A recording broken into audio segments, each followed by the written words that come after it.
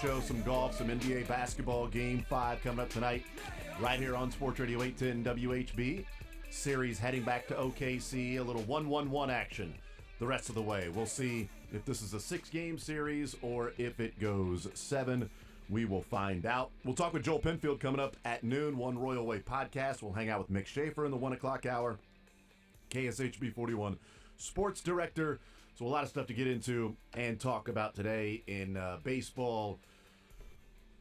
A surprise trade, blockbuster trade. Surprise to a degree, not a surprise to a degree from where we were like a month and a half ago. Maybe the surprise is that it took this long for them to eject. Or maybe it's not a surprise considering the prospects that were brought up by the Red Sox. So maybe this was we just tread water, bide our time, and then when these guys get up here ready to go, we make that move. We'll see. But we'll talk about that. Dave Martinez has some commentary on coaches' impacts in Major League Baseball, which should let all fans know that when it comes to complaining about whether that be Q or Zumwalt or Cal Eldred, really doesn't matter at all. So we'll get into that at some point today. 913-912-4810 is the text line. We got Learn Funniest Best today as well. 913-912-4810 is the text line. All right. We'll talk some football today as well. Yeah. We'll talk some nutrition, weight training, weight loss regimen, things like that. We'll get into that at some point today. Can we talk anything besides the debacle that is the Royals? Did you have a medical exam? Did you have a physical? Jack. We talk about a prostate exam. How was your prostate doing? I think okay. You think okay? Well, you need to get it checked out. I'm pretty sure I don't have to until I'm like 40, right? Yeah. Shall we talk colonoscopies? Is there anything to talk about besides this bleep show of a Royal? Oh, wait, same thing. Dylan, anything cool? Sort of the same thing. Happened to you? Anything bad happened to you? I'd listen to that. Yeah. Actually, I became a godfather yesterday. Hey, dude. congratulations. That is actually That's pretty real, awesome, man. so, yeah. Hey, That is someone got really a hit. Cool.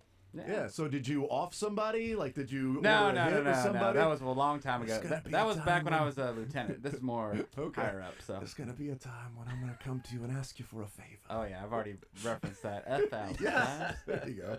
That is awesome, man. That's fun. The Royals need a favor. My great niece had her first birthday party on Saturday. Nice. So she turned 1. Little man's team won their championship yesterday in the tournament, so that was good. He got another ring. So now he's got 3 rings. He thinks he's Mahomes. He wanted to, we got 3, not 4. we got home. He wanted to put all 3 of them on. So take a picture. Have him trying to open a door with Yeah, I the 3 know. rings He on. can't, See man. if he can. He can't do that. We need one more for the pinky. He's got to do the Jordan where he just rests his hand like on the portrait picture. Yeah, if he gets 6, There you go. one day we'll see. So that happened. So that was fun. There's a lot of things that fun things. So in that our took place this personal weekend. lives, there was positive Yeah, things. absolutely. Yes, I was just generally keeping up with the Royals since we had birthday parties and baseball games that we were playing. Oh, So you're lucky you were just generally keeping up Right. and not watching, because that was... I wasn't forced to go to any of those 3 baseball games. So that kicking was the nice. stones. That was nice. I did not have to go to any of those games.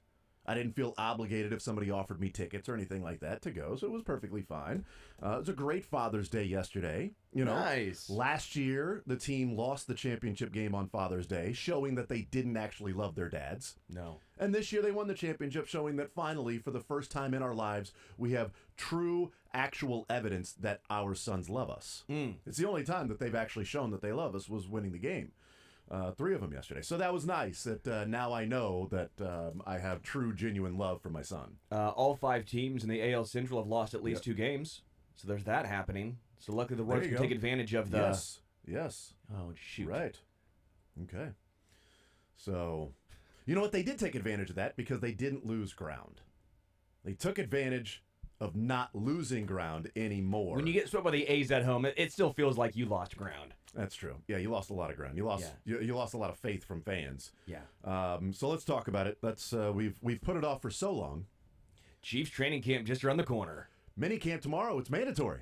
It's mandatory that we talk Chiefs, which I think there are probably plenty of. This feels a little bit like, and this is not what I thought the season would be, but my worry was that it would be a not as fun of a season. It wouldn't be as entertaining. We wouldn't have the same excitement around the season because there were more expectations than last year, sort of coming out of nowhere to a degree. I didn't think it would be 4 games under 500 on June 16th. I didn't think we'd be talking about 11 and a half games out of first and 3 games out of the last wild card spot with 5 teams ahead of them.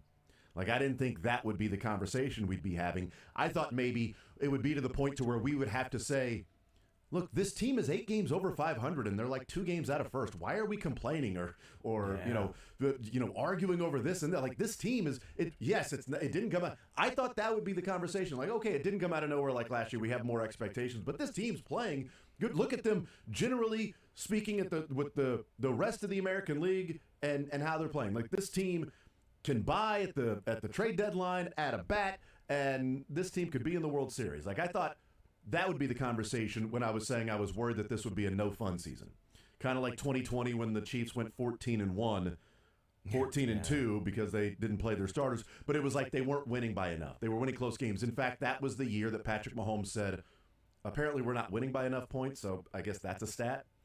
Like, he was frustrated with the fans' frustration that they were winning by 3 or 7 or 7 or 3. They were winning those games, right? I thought that would be this year. But now we're at a point to where I think we're close to people turning the page. The issue is we got a long time before we get to training camp. Like, you got mini camp this week, and then there's a long break before training camp. And oftentimes we're like, hey, can the Royals just kind of get you to training camp? Can they fill that gap to get you to training camp? And last year there was certainly more than that. They got us all the way in. Like, we were talking about playoffs and Chiefs in the same. That was great. This doesn't feel like it's heading in that direction. They've lost 6 in a row. They're 3-10 in June. The A's had lost 13 straight road games. And they come in and sweep the Royals. The Royals go 1-5 in the last 2 weekend series against the A's and the White Sox. So any conversation about, well, the schedule might let up, doesn't matter. The issue is the schedule doesn't let up. It's the exact opposite. Like, if you were going to take advantage of things, you would have taken advantage of these 6 games in the last 2 weekends. They did not do that. You don't want to get swept by the Yankees, but getting swept by the Yankees, not ideal, more explainable. Losing 2 of 3 to the White Sox and getting swept by the A's is unacceptable for a team that wants to make the postseason. And they're telling you it's unacceptable because they're meeting. They had the players-only meeting on Saturday after the game. The old saying in baseball, winning teams win, losing teams meet. And that's what the Royals did. But what came out of that players-only meeting was 2 runs the next day. So they, let all of the grievances, that Festivus for the rest of us on a Saturday, they let all the grievances go. Everybody, got things off their chest. And then clean slate. Let's just go play against a bad team with a pitcher with a 5 ERA or whatever. Let's just go punk this team. And they got all those 2 runs, which, should have been enough. I really blame the pitching staff and Q for losing that game yesterday. And because don't pull Noah Cameron, but that's in their conversation. Well, we'll get into that in the next segment. I'm Teaser. I'm wondering if people are finally on my side about the St. Louis Cardinals game. We'll get into that now that there's more data and more inconsistency with specifically Noah Cameron. But we'll talk about that in a second. But they did get 2 runs. How did this Royals pitching staff not make sure that 2 runs stood up? That's what's so disappointing about this, is that they got all of 2 runs. They got more than 1. They got more than 0. They could have won the game. The pitcher's job is to keep the other team from scoring more runs than your team scored. That's the pitcher's job. And the pitchers did not do their job. If you go out there in offense and you get at least 1 run every game, you have given your team a chance to win. You have scored a run. Because you can't win if you don't score a run. And they scored 2. They scored double that. Sarcasm aside, and frustration aside, they can meet all they want. But do they have the players that are good enough to actually go out there? Like, the 3 of us can have a players-only meeting and then go out there and try to play Major League Baseball. The 4 of us. It ain't going to work. It's not going to work. It never works.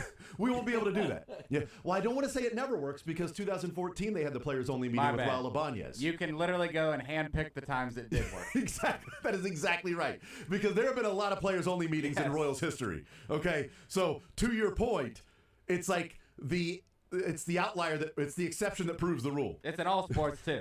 I mean, all right. sports. You can meet all you want, but Yeah. does it actually work? Because there's one guy talking, and then the four Yes. guys that told him he should do it, and then there's the rest of the team that sits Yeah. and either doesn't listen or remembers the times where X player did Y. Yeah. And then Well- I shut off the entire meeting completely, and now it's just a waste of time. But was that a play? Here's my question about that. And people like Mike Swanson's talked about that. Lefevre's talked about that. Joel Goldberg's talked about that when we were discussing 2014 and 2015 and what the turnaround was. And almost all of them looked to that July 21st game against the White Sox that they had lost. They just got swept by the Red Sox. They lost game one against the White Sox, and they were sitting at 48-50, and they had their players-only meeting. And Raul Ibanez got to the team, right? They traded for Raul, and it was a players-only meeting. But what's the story that comes out of that? It wasn't a players-only meeting. It was Raul Ibanez that just joined the team and said, you guys don't know how good you are. You don't understand what the view of you guys outside of the clubhouse is. Me on a different team, how we view playing you guys. We didn't want to play you guys. You don't understand how good you are. You guys should look in the mirror and realize that. It wasn't a players-only meeting bitching at each other. Yeah. If you're not doing this and you're not doing that. And because that's what it felt like when it was like, we got some things off our chest. And I don't really care about some of the quotes that come out of that because the quotes coming out of that are always going to be positive. Yes. Oh, it's all good. It wasn't there was a fist fight that took place between the two, and we actually left more pissed at each other than we were when we got there. That's never happened in a players-only meeting, ever. Even though that's probably happened in a players-only meeting. But every time you talk to the media, when you leave a players-only meeting, it's all positive. It's all good. Was that a players-only meeting, or was that Raul Ibanez holding court, Yes. telling them, you are better, and that team actually being a good team anyway? Having a good pitching staff, having a good offense, and they were 48-50, and then they went crazy after that. And maybe that was just the belief needing to be instilled in them. But Salvi played on that team. This ain't like Salvi's, well, shoot, we had the players-only meeting. You're sitting there at Salvi at 35 years old. Players-only meeting. Okay, now I'm going to go out there and really play hard. Now I'm going to go out there and lay it all on the line now that we had a players-only meeting. He's been there, done that. He's got a World Series MVP. This ain't nothing new to Salvi. It's just that's where the frustration has gotten to. And, I had joked, I don't know if it was on the air or off the air, like last week or the week before, of like, well, when are they going to have their players-only meeting? Like, they're struggling, but when are they going to have their players-only meeting to really let this thing go? We'll see. They're 0-1 since that. And it's a personnel issue. Yeah. I don't know how much it's a belief in the man next to you issue. Because Mark Canha's batting fifth. Nick Lofton's been pretty decent, since he's been up. And he's batting sixth. I'm okay with that. But Drew Waters has come back to the pack. Like, Jack, doesn't it feel like the next move could be, who's the hot bat in AAA? Let's bring him up, and hopefully maybe he could be hot for a week or two like Drew Waters. And then you sort of get into that rotational. Well, Nick Lofton's up, and he had a hot bat. Drew Waters is coming back to earth. Well, maybe Cam Devaney's the next guy up. Well, Weimer's, since he's come back, is batting like 500. Maybe he's the next one in line for Drew Waters that can maybe get hot for a week or two or three. Because it doesn't feel like there's going to be a trade anytime soon. Either these guys figure it out themselves, or you kind of just do a revolving door turnstile of the next hot guy in AAA that hopefully gives you a little bit of a boost. It shouldn't be. I mean, there's nobody in Omaha that they should look at as the fix to this offense. They've tried it. They're done with that. Let's. The only guy that can truly make an impact and the way that they need to make an impact is Jack Caglione. Yeah. It's not going to be John Rave. It's not going to be.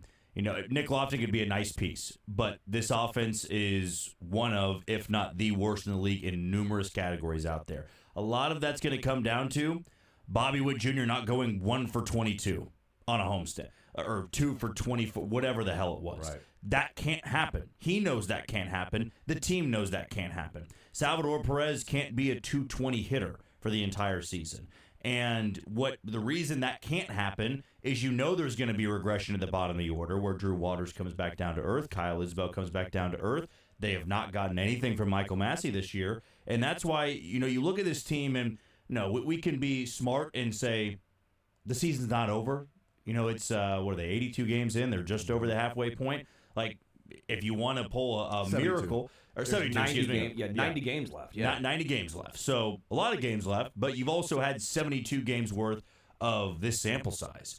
And to me, if you're going to make a move, it's going to happen soon because the schedule you have upcoming, this is either going to bury you or it's going to give you life. I mean, the Tigers last year were 4 games under 500 on August 20th. It took an incredible surge to get to where they need to, but that's why I feel for a lot of people saying, okay, I'm done. I'm not watching him. Right. Well, in my opinion, is always this. Just be done. Stop saying you're done watching. Just go. Just go. If you're done and moving on, don't watch them anymore. If you don't believe it's going to happen, you may be right. This ain't an airport. You don't have to announce your departure. Exactly. So my point on this is this team good right now? No, they're not. Are they showing any signs of being good in the future? No, they're not. That's why maybe yesterday's trade with Devers, not that you could pull that off, but you're going to have an answer here probably by the end of June. If they get smoked by the Dodgers and the Padres and the Rays and the Rangers, there's your answer. Then you got to sell.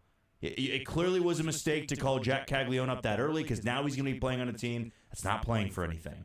And so, yes, a lot of it comes down to the players. Like, these guys have to play better. We can blame Q all we want and Zumwalt. Like, it's not the same as an offensive coordinator in football. A hitting coach will give them tips to go up to the plate. And here's what you need to do. Here's a game plan. They're not saying, all right, in this at-bat, we're going to go up there and we're going to gap one into right center. We're going to move the runner over to third there. Then you're going to go and you're going to have a sac fly. It's not like that, which is why a hitting coach change, it could send a message, but there's no guarantee you bring in someone else and all of a sudden, it might be a personnel thing, as you said. They just might not be deep enough, but that's why the hesitation's still there because last year, some of these guys could do that, and they won 86 games or whatever it was. They were healthier. That's been a big problem. Not having Cole Reagans the way he was last year, it's a huge issue for this team. And now you're starting to see this rotation, even though Cameron went 5 shutout and Lorenzen had a quality start. They're on fumes a little bit because you can't ask them for 162 games to be the strength every game. You have to have the offense to pick them up, and they had a perfect opportunity this weekend against, let's just call it as it is, an awful rotation and bullpen, and they got 6 total runs. That's the unacceptable part. Getting swept by the A's, if it was like, man, you had a terrible outing by Lorenzen and you don't expect that. You had a bad outing by Noah Cameron and you don't expect that. And you lost 9-8. And that's unfortunate, But losing the games this way, where you're going up against guys who, quite frankly, are not above or below par, whatever you want to call it. You get the point. Yeah. Better than par, better than average pitching staffs, and you can't do anything against it. Is there anything, Sterling, that you look at over the next? Because Jeff Passan said last night on Sunday game night, now into the All-Star game is when you'll find out which teams are going to be buyers or sellers as to what they do. Okay, the Royals have 25 games left before the All-Star break. Texas for 3, Padres for 3, Tampa for 3, Dodgers for 3, Mariners for 4, Diamondbacks for 3, Pirates for 3, Mets for 3. Those teams are a combined 303 and 268. There are 0 teams that are under 500 that they play until the All-Star break. 0 teams that are under 5. Now, would it matter because they just played the A's and the White Sox? Because those teams, you take away the last 6 games that they played against the Royals, they were 47 and 92 combined. They're 52 and 93 now since they got a 5-1 stretch against the Royals. But it feels incredibly dire right now, even though it's 72 games in and there's still 90 to play. It just keeps going back to the same conversation we've had. It's runners in scoring position, and it is lack of slug. And, Jack, you brought up a great point. I mean, it's Caglione. All the guys we're talking about. Blaming Caglione for this start? No. But as far as who He's can the be, one that can make who can make a difference, and it's not fair to put it all on him. It wasn't supposed to be all on him. But with the way Salvador Perez has hit all season long, I know we can talk about Lofton, and he's been fine, so it's not really his fault. You can talk about John Rave. You can kind of talk about, who in the minors can they call? Is Cam Devaney going to get called up and hit 20 home runs? No, I like Cam Devaney, but he's not going to hit 25 home runs up here. I like Joey Weimer, but we've seen a slight track record in the majors. Yeah, he has the power potential, but it's not like Caglione. Mark Canha's batting fifth, as you mentioned. He 0 home runs this year. Does he have 1? He has 0 and 4 RBIs this year. Love it. Yeah, you put that in your 5-hole. But he is OPSing under 600 though. So you have to put that guy there. And again, it's not even Q's fault necessarily because this is all you have to work with.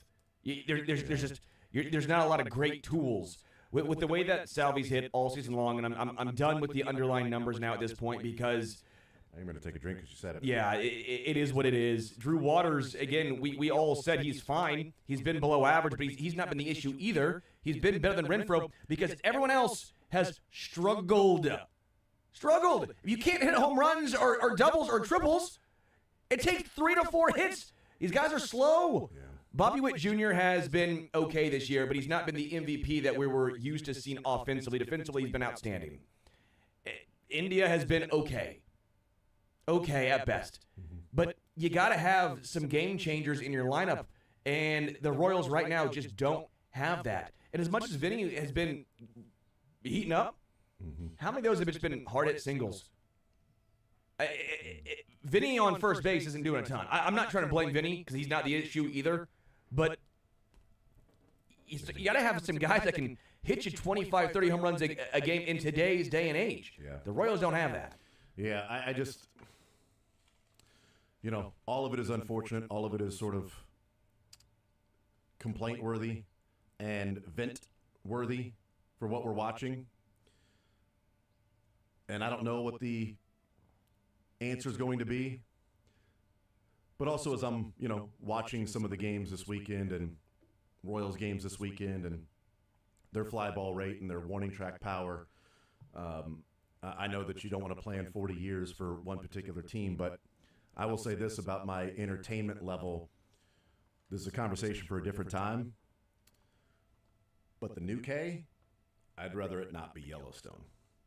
Other teams seemingly can get the ball out. I know, but I'm just saying as a general sort of philosophy in terms of just watching baseball, I'd prefer if it wasn't, 415 to actually hit a home run, 400 to the gaps to actually. It's a conversation for a different time. Yeah. I'm just saying, just watching the games this weekend and seeing warning track and warning other teams would have home runs too. I'm not saying it would result in wins. I'm just saying it'd be a little more enjoyable than the long fly balls to the warning track constantly. We'll take a timeout. We'll come back. Let's talk about Noah Cameron. We'll get into some other things as well as we continue rolling along. We'll talk some U.S. Open, Rafael Devers trade, anything to learn from that, take away from that. We'll find out. We'll take a timeout, and we'll come back. More Zone next.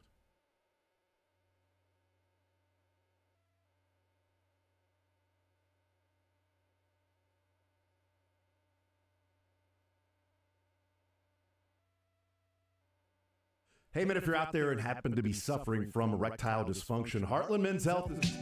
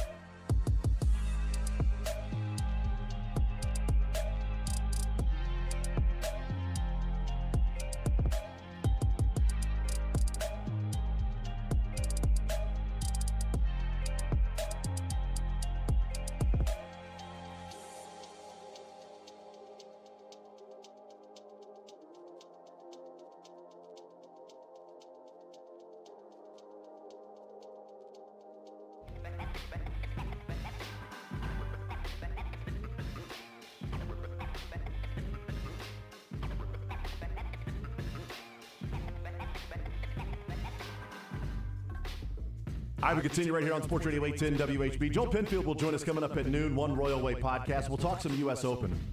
Some soggy U.S. Open yesterday with Spahn winning. I think he was known before the U.S. Open yesterday as the guy who lost the playoff to Rory in the Players. Like that was it. That's when I had heard of him. Who's J.J. Spahn? Just random. You know what he is? He's a random stormtrooper. Just like, well, Rory beat him in the playoff. Who is it? I don't know. Some random stormtrooper that played really well for a few rounds, and then Rory beat him in the playoff, and nobody will think of him again. And then he goes and carries that into the U.S. Open, and now it might actually be different. Like, he might actually be somebody that carries this into playing good golf, and we may know his name for the next couple of years. We'll find out. Or he might be a guy that, hey, remember when that guy won the U.S. Open a couple of years ago, and then he lost in the playoff to Rory in the Players' Championship that same year? Oh, cool. I don't actually, but thank you for reminding me because that was cool. So we'll talk a little bit about that. Whenever you want to talk golf later on, I have a lot of thoughts on Rory as well. By the way. Cool. We can maybe do that, maybe not. I don't know. We'll find out. He was 3 under yesterday. If Rory didn't have, if he didn't have the Irish accent, I feel like he would be one of the most hated golfers on tour. So we'll have some fun with that one. Okay. Let's hear from Q. Yesterday after the game, he was asked the thought process on Noah Cameron coming out after 5 innings. Well, he was at 80-something pitches. He's on regular rest. He's had a pretty good workload. They were right in the heart of their order with 3-4 righties in a row, and we had a really well-rested bullpen of Shriver, Zerpa, Ursig, and Estevez. Right to the point. Here's why. Here's what. And I don't think Q's in the mood of elaborating on some of these questions anyway right now. Because, again, you've lost 6 in a row. You had a winless homestand. You're playing some bad baseball. And here's the thing. The bullpen guys that are called upon need to do the job. That's a big part of this. But I do think when we look at the last 3 starts of Noah Cameron, what I wonder is what is the plan and what's the message with him? And I bring it up because, look, we go back to that St. Louis Cardinals game. 6 innings, 2 hits, 2 walks, no earned runs, 3 strikeouts. He had 82 pitches. First game of a doubleheader. First game of what was 5 games in 4 days. And he was facing 4, 5, 6. And the thought process was, well, you're not going to go the 3rd time through the order against 4, 5, 6 against St. Louis. Even though he had just retired 1, 2, 3. But whatever. You're not going to go 4, 5, 6. My point at that time was, then why have him pitch the 5th time or the 5th inning if you don't want him to face the top of the order a 3rd time? Well, you were fine in the 5th inning with him facing 1, 2, 3. So why would you not be fine with him facing 4, 5, 6 in the 6th inning or 6th inning and then in the 7th? Schreiber comes on. They don't get the win. They lose that game. That was rough. That was unfortunate. It was frustrating. And we know that it just sort of carried over into even more frustrating games because that was that in St. Louis. You got Jack called up. You won game 1. You feel like, okay, you get this win. Cole Reagan's on the mound later, even though that was part of my conversation as to why I would not have pulled Noah Cameron is because Cole Reagan's is not somebody that's been pitch efficient. So you go into the Yankees game, and he's at 89 pitches through 5 against the Yankees. They're down 5-1. They're facing 2-3-4 for the 3rd time. The 6th inning is 2-3-4. He's thrown 5 innings. He's at 89 pitches. He had 7 hits, 5 earned runs, 1 walk, and 6 strikeouts. And you send him back out there for the 6th. Why? You're down 5-1. What, you going to come back and win that game? By the way, Trevor Richards pitched 2 innings in that game. So that was the game he chose, Q chose, to have his career high in pitch count for Noah Cameron to get to 100 pitches. He started that 6th inning at 89. And by the way, the whole 3rd time through the order, they went 1 for 7 with 2 strikeouts against Noah Cameron the 3rd time through the order, the Yankees. And then you go back to yesterday, 5 innings, 4 hits, no earned runs, 1 walk, 7 Ks. Well, he had thrown 5, and he was, 80-something pitches? 82, I'll let you know. Whatever, how many pitches. And, you got a rested bullpen. You got, day off tomorrow. Okay. So let's get this straight. And this is where, now that we have more data, I wonder how many people are on my side now with the Noah Cameron being pulled against the St. Louis Cardinals. Because part of the argument was, well, third time through the order. You don't want to have the third time through the order against the Cardinals. Okay. So out of all of the 3 games you played, St. Louis, New York, and the A's, which is the offense you would say, I don't want that guy to face the third time through the order? Probably not the A's or the Cardinals. You'd probably choose the Yankees. I don't want to face them the third time through the order because, good God, they make you work, extra pitches, all of that. Aaron Judge, I don't want him to have to face that third time through the order. Oh, that's the team that he sent back out there, facing 1 through 7. Third time through the order, 7 guys out of the 9 faced him the third time. That's the one he sent out there. Okay, so third time through the order against the Cardinals, but it's okay against the Yankees, especially when you're down 5-1. Pitch count. Not all pitch counts are created equal. He was laboring in that game in the 4th inning or the 5th inning against the A's. He was laboring. He threw 21 pitches in that inning. Not all pitch counts are created equal. Okay, great. Against St. Louis, he threw 21 pitches in the previous 2 innings combined. You're right. Not all pitch counts are created equal. Kind of feel like he was cruising. You got a rested bullpen. You got these guys rested bullpen at a day off. So no reason to throw him out there an extra inning. Oh, really? What about game 1 of 5 games in 4 days? What about game 1 of a doubleheader? What about that bullpen? You got a rested bullpen then? Oh, wait. You probably need to worry about your bullpen over those 5 games. So was it rested then or not? Like, what's the consistency? What's the message here? Because you had no problem sending him out there for – then you go, well, he's been worked a lot. Because of you! He hadn't been worked a lot because he had 80 pitches. You chose to work him against the Yankees for 100+. That was your choice. In a 5-1 game, that's the game you chose to send him back out there against the third time through the order and pitch 100 pitches. In a game you were down 5-1. But a 3-0 game, get him the hell out. A 2-0 game, you got to get him out. How about flip that? You're down 5-1. Don't waste pitches with Noah Cameron. You're down 5-1. You ain't winning that game. Read the room, Q.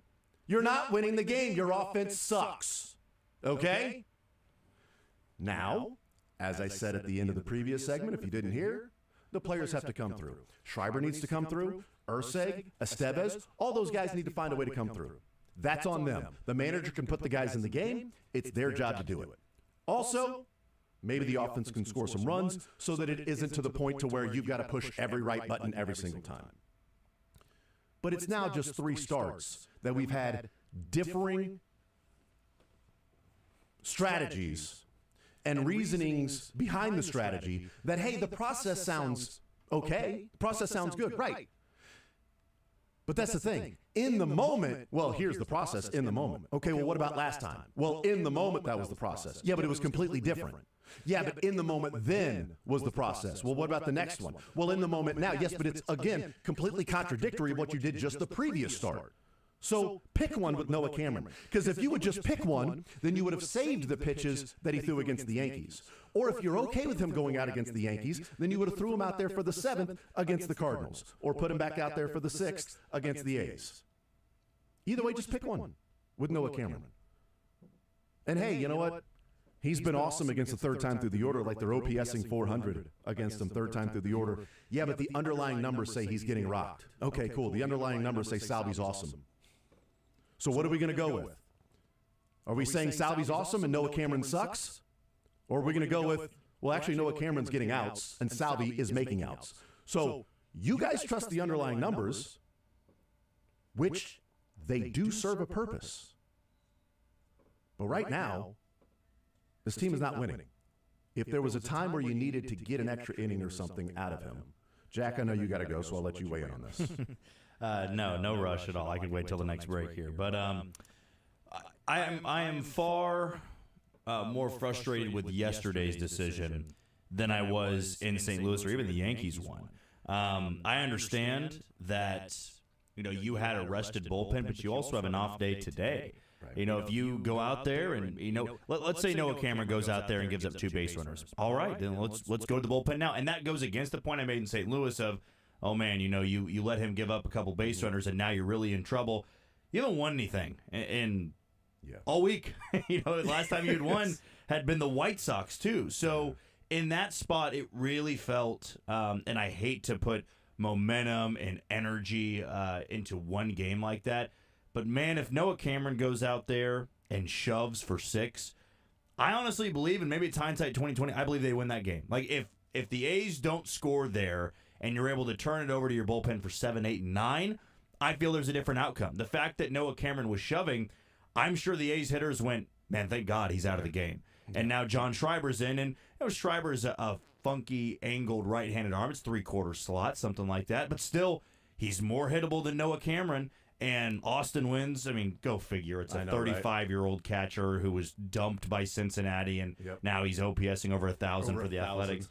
Like that move, it comes back to bite you. I'm in the camp of, yes, if you are the manager, you are the captain of this ship. You are going to get criticism for making the move. Mm-hmm.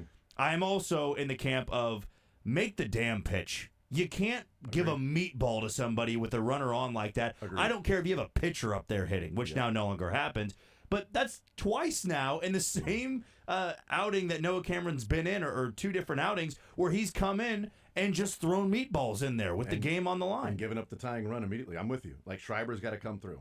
So it's like, to me, it's like 65-35, 70-30 on the player. My point is just sort of consistency with the reasoning behind it.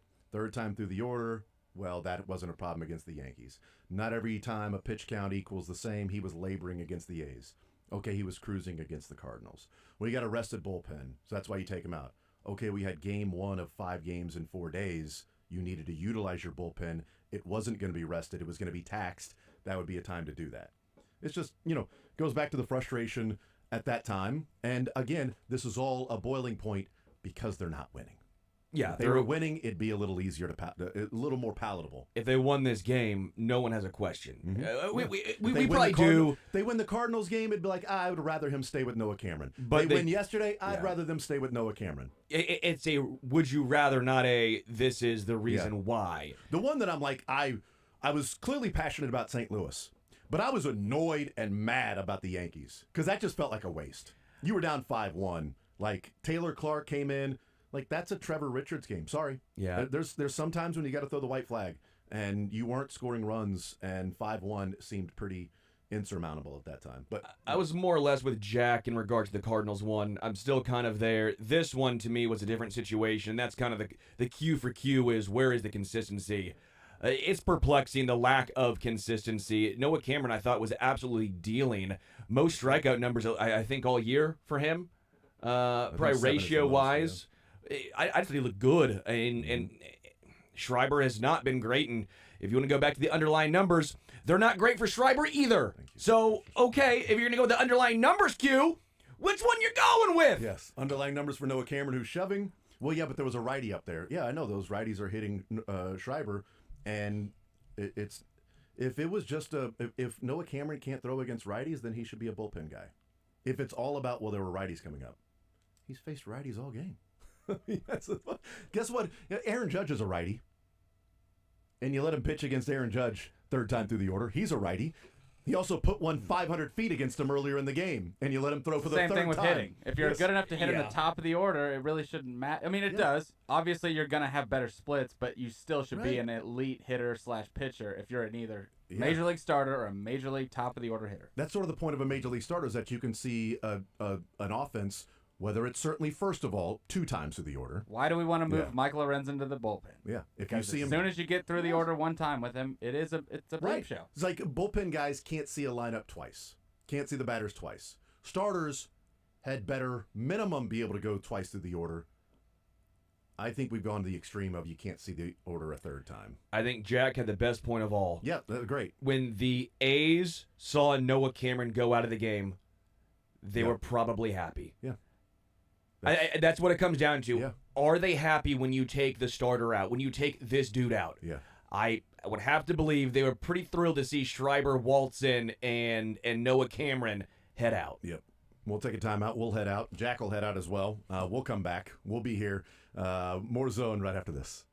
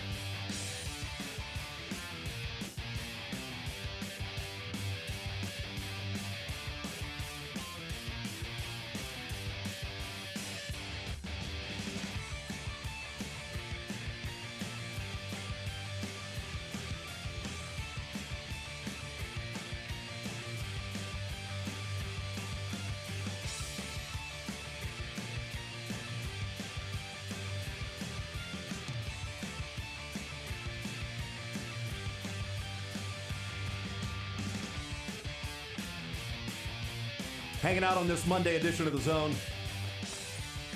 We get learned funniest best. I know my best is team over the weekend and Father's Day. Prospects coming through winning a championship. Another ring for little man. I've had one ring in my life, and that was getting married. He's already got 3. He's got Well, back in our day, they didn't hand out rings all the time. That's Come true. on. He's got more rings. He's got 3 more rings than Lamar, Josh Allen, and Joe Burrow combined. Not 2, not 3. Those guys have 0. He's got 3. Well, Josh has one. He got married, I think. Good call. Lamar? Did he get married? I don't know. No. So you're right. It's 3 He's to married 1. to the game. It's 3 to 1. Little man doesn't have a wedding ring yet, but he's got those. Shocking. 3. He's got those 3. I think it's all real diamonds too. Yeah, probably. Those rings. I think they're all real. You take it into a pawn shop yet?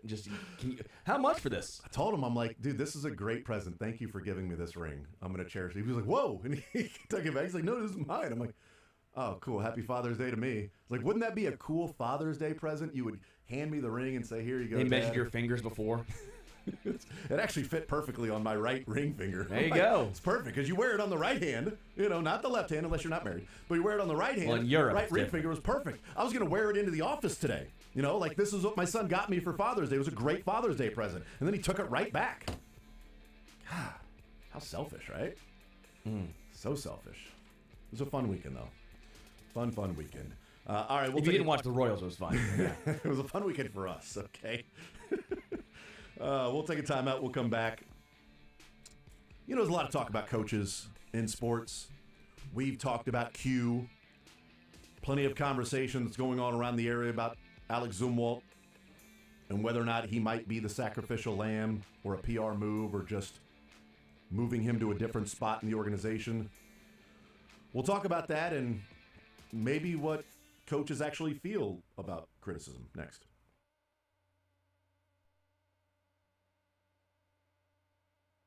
All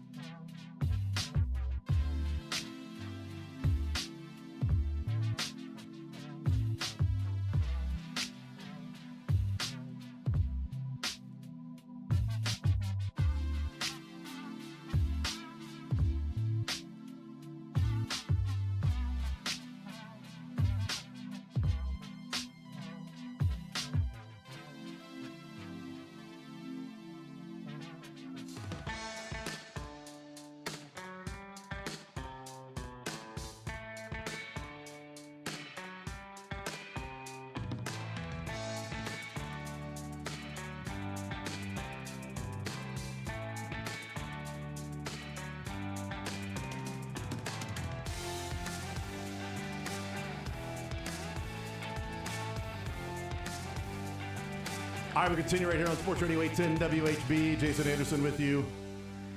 Sterling Holmes, Dylan Michaels. Heading up until 2 o'clock. An hour from now, we'll talk with Joe Penfield, One Royal Way podcast. 913-912-4810.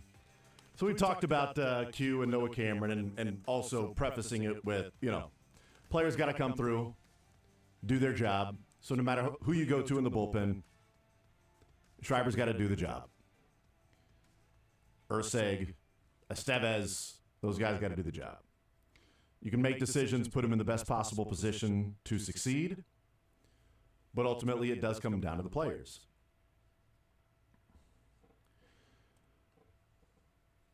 So Dave Martinez with the Washington Nationals, they have been struggling this year. Not playing great baseball, not winning, not scoring like they would like to on offense. He was asked on Saturday, when you look at the offense as a whole, I know you guys haven't produced like you wanted to this month. For you, how much of that is on the players? How much of it is on coaching? Now, I was looking for this audio because I wanted to hear it. So how much of this is on the players? How much of this is on the coaching? Here's his answer. It's never on coaching. It's never on coaching. Coaches work their asses off every single day. We're not going to finger point here and say it's on the coaches. It's never on the coaches. They work hard. The message is clear. All the work is done prior. Sometimes they got to go out there and they got to play the game. It's always been about the players. Always. I played this game a long time. Never once did I blame a coach for anything. We worked our asses off to get better. They gave us information and we used it. These guys understand what the game is. These coaches, I've never had such a group of coaches that worked as hard as they do. They're here working their due diligently. They go over everything. They sit with the players every day. These coaches, they work their asses off. Every coaching staff is like that. And the players know. Sometimes you got to put the onus on the players. They got to go out there and they got to play the game. And play the game the right way. We can't hit for them. We can't catch the balls for them. We can't pitch for them. We can't throw strikes for them. They got to do it. That was his quote on Saturday. And the players loved it, right? Right. He was asked about that the next day. Now, mind you, there were reports coming from the clubhouse the next day that players were not happy and, quote, pissed about his commentary. So they didn't go over well then. There was even reports that the front office saw the pregame and some of the warm-ups, and it felt off. It just looked different. Something was going on. Something was off about the team before the next game. So he was asked about it. Davey, with your comments following yesterday's game, how do you hope that your players will receive that message and respond to that? His response, they were great. I talked to a lot of them already. Hey, it wasn't on them, right? My comment was nothing about them. They know that. They read through it. Like I said, I talked to them about it, and they're all good. They want to win today. The biggest thing is we want to win today. The clubhouse is about as good as it's ever been. I mean, these guys have stuck together. We went through this before. We've lost 7 or 8 before, but we got to stick together. All of us, 26 players, all the coaches, staff, everybody. Question was, so you say it wasn't about them. It was never about them, right? I never mentioned anything about players. I appreciate those players. I played. I understand how hard the game is. They know that, so it's a difficult game. These guys are out there trying hard. We got to do the little things. As I talked about, we start doing little things, we'll start winning some of those games. If it wasn't about them, then who was it about, was the next question. Great follow-up, by the way. Yeah, nice. If it wasn't about them, then who was it about? They asked me about the coaches. Do you put the blame on the coaches? No, I don't. No one's to blame. Fans now. Right, Fans are to blame, right, actually. Right. But I love the part about my comment was nothing about them. They know that. They read through it. I never mentioned anything about players. Let me go back to the answer here. Quote. Let's see.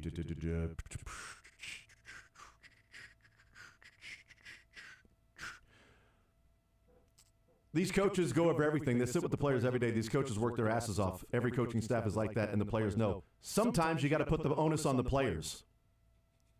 They got to go out there and they got to play the game and play the game the right way. We can't hit for them. We can't catch balls for them. We can't pitch for them. We can't throw strikes for them. They got to do it. Okay? The message is clear. All the work is done prior. Sometimes they got to go out there and they got to play the game. It's always been about the players. Hold on. It's not on the players. My comment was nothing about them. I never mentioned anything about players. I mean, you said it the day before. You know, you may not have been trying to say it's on the players, but you were so defensive about somebody saying the offensive issues. Is it on the coaching staff? Is it on the players? What's going on? And your first response was, not on the coaches. Nothing to do with us. We have no issues here. We've done everything right. We work hard. And if you work hard, then clearly you're not to blame for anything. But we work hard. We do our due diligence. We're here early. We stay late. We put all of these spreadsheets together. Right? We have meetings with the players. We tell them what to do. We give them advice. They got to go do it. It's on them. You were so defensive about somebody questioning that it might be a coaching staff issue, or not even questioning it. It wasn't how much are you to blame. It was, as you look at the question was, here it is. When you look at the offense as a whole, I know you guys haven't produced like you wanted to this month. For you, how much is that on players? How much of it is on the coaching? You know what an easy answer is? It's all encompassing. Everybody's got to work harder. You know, we certainly have some things that we could do. Players certainly know they look in the mirror and they'd like to play better as well. Andy Reid never blames the players. I mean, I've got to put him in a better position. I could have called a better play. To where we get annoyed. Right. I could have called a better play. I could have called a better play there. Dude, he fumbled the football. Yeah. I could have called a better play there. I could have not called the play to give him the football. Like, there are some times when we're like, okay, Andy, I know you're doing that, but it actually makes you sound hypocritical in this answer by saying that because of something you said earlier. But I understand that you're not caring about sounding hypocritical because you're going to simply say it's about you. Patrick Mahomes, after MVS dropped the touchdown against the Eagles, said, I could throw it a little bit shorter next time. 52 yards in the air while being pressured. I could throw it shorter. By 2 inches. By a guy that dropped the ball when it was laid in there beautifully. That's on me. I could have thrown it shorter, right? And you get this manager who's played the game. I wonder what his response would have been if he was in a clubhouse and his manager would have said, there is no issue with the coaching. There's zero blame on coaching. Zero blame on coaching whatsoever. Like, come on, man. If a team is struggling that bad, there's at least some blame on the coaching. There's at least 1%, right? I mean, even if it's like 1%, it's 99% players, 1%. You know, Trey Hendrickson, we all think he's in the right, but he's at least 1% in the wrong because he's got a contract. I'm 100% right. Dave Martinez is Shamar Stewart in this situation. Yeah.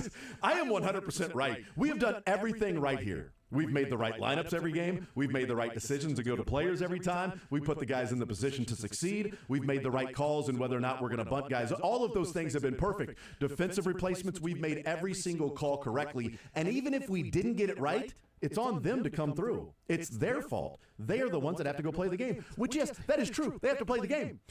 Q putting in Schreiber has to come through. But the job of the coach is put the players in the best position to succeed. It's also to sometimes take the arrows for the players. That's part of the deal, too. Part of being the leader. Bobby Witt saying, I'm not playing anywhere near the way I need to play. This is on me. Whatever's going on, I got to figure out how to get back to playing my game. It's me.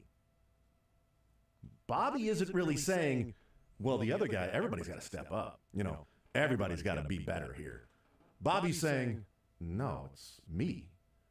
Like, he's not saying it specifically of I'm the MVP candidate, so I've got to be an MVP candidate, but that's what he's saying. An 800-plus OPS for Bobby Witt, not good enough. Not good enough for himself. And the team isn't coming through, and somebody that looks in the mirror and probably thinks he's the leader of this team, number 2 in MVP voting, one of the best players in the league, not playing like that up to his standards, playing like a great player. Again, 800-plus OPS. You take that from everybody in your lineup, you'd be a damn fine team. But he's looking at it and saying, it's on me. It's my issue. There's probably a lot of Nationals players that might say the same thing, and it's my issue. It's on me. But I guarantee if you ask Matt Quattrero that question, people can like Q, not like Q, whatever. You're not getting the answer of there is zero blame on coaches whatsoever with the offensive struggles. Because there's got to be at least a little. Also, when Dave Martinez says that, it's like, well, what's the point of you being the coach? What do you say you do here? What is it you say you do here? Well, Bob. I'm a people person. I manage people.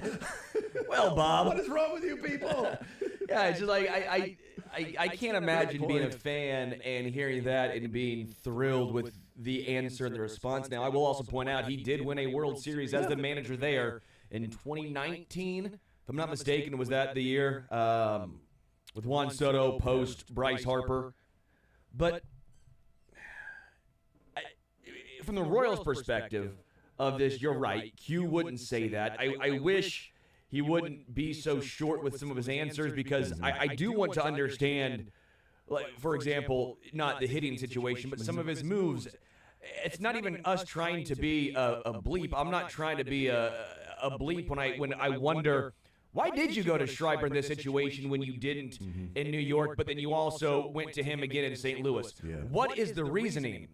Well, third time through the order and it's 3 righties. Well, no, what's your actual reasoning? Because you didn't do it in New York. Yeah. Or against New York. Yeah. You did it against, you left him out there against righties for the third time through the order when you were down 5-1. You took him out of the game when you were up 3-0 against righties. And both times you went to Schreiber, and by the way, Schreiber didn't come through either time. And I get it. I think it was Taylor Clark, maybe. Yeah, maybe it was. But whatever it was, I know a lot of times, I don't know if he does or not, but you'll see on social media, and it's fire Q and all this stuff, and so he might feel like he's under attack. But we're not trying to attack you. We're trying to understand. But I think even if he felt under attack, I think that question that is so open-ended. Yes. The question wasn't how much are the coaches to blame. It was, hey, how much the player? You're not performing the way that you want. Yeah. I know that.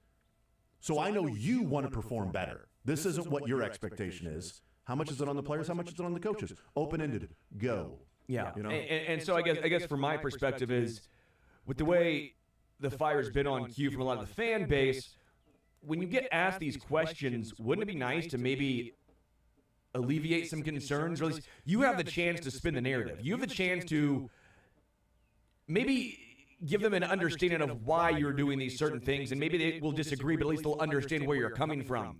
But when you answer in these short sentences and you're not giving great reasons why, you're just making them more mad. You're making them seem like, oh, well, he has no idea what he's doing now. He's got no idea. He just willy-nilly throw a computer out there. And to his credit, we kind of all think that Michael Garcia in the bunt was done on his own. Sure. I think that's the consensus, is that Garcia was laying down the bunt on his own, not like it was a bunt call from the dugout that we're going to move the guys over and sacrifice this guy, because the day before, same situation, he grounded into a double play. 2-2 game, I'm getting this bunt down, we're scoring a run, we're going to win this game. But what did Q say after the game? Well, we wanted to move the guys over in that situation. We thought, with Vinny coming up next, tie game, we wanted to put those guys in scoring position. So even if it was Michael Garcia's full and total decision, Quattrero answered it as if it was his call. Yes, but didn't Michael Garcia also do that the other day? Yeah, earlier in the game. Or was it later in the game? Early in the game, later in the game, I can't remember. I'm trying to think when it was. I forget what game it was. Yeah, I think it was yesterday. The Yankees? No, I think it was this weekend. It was either Saturday or Sunday because he was batting first when he did it. I just thought it was interesting because maybe it was originally from... Yeah. And he got it down. Yeah, it was. It was yesterday. You're right. It was yesterday. Because I know he was batting first, and he wasn't batting first against the Yankees because it wasn't until India. So yeah, it was yesterday. Wow, it feels like this. Well, it was a very It's like you're stuck in a coma just watching this Royals. Everything is the same. Yeah, it's Groundhog Day, unfortunately. Groundhog Day with not being able to score. That's the unfortunate part. But I wonder. Yeah, that was the third inning. Third inning. So third inning, he bunted. Isbell doubled. Michael bunted. Bobby Witt then hit a double. Yeah, and then Vinny came back and got the single. Yeah. And so they scored the runs. They scored 2 runs. But if Michael didn't bunt, they might have scored 7. Or maybe 0. I don't know. Or maybe 0, yeah. I don't know what the result would have been. But that early in the game, people might have said, "Why are you taking the ball?" But because Bobby came through and Vinny came through and it was 2-0, and you felt like, okay, maybe the floodgates can start to open up. I don't remember, and maybe it was happening, and I just didn't see it. Maybe there was a lot of people complaining on Twitter about why is Garcia bunting here?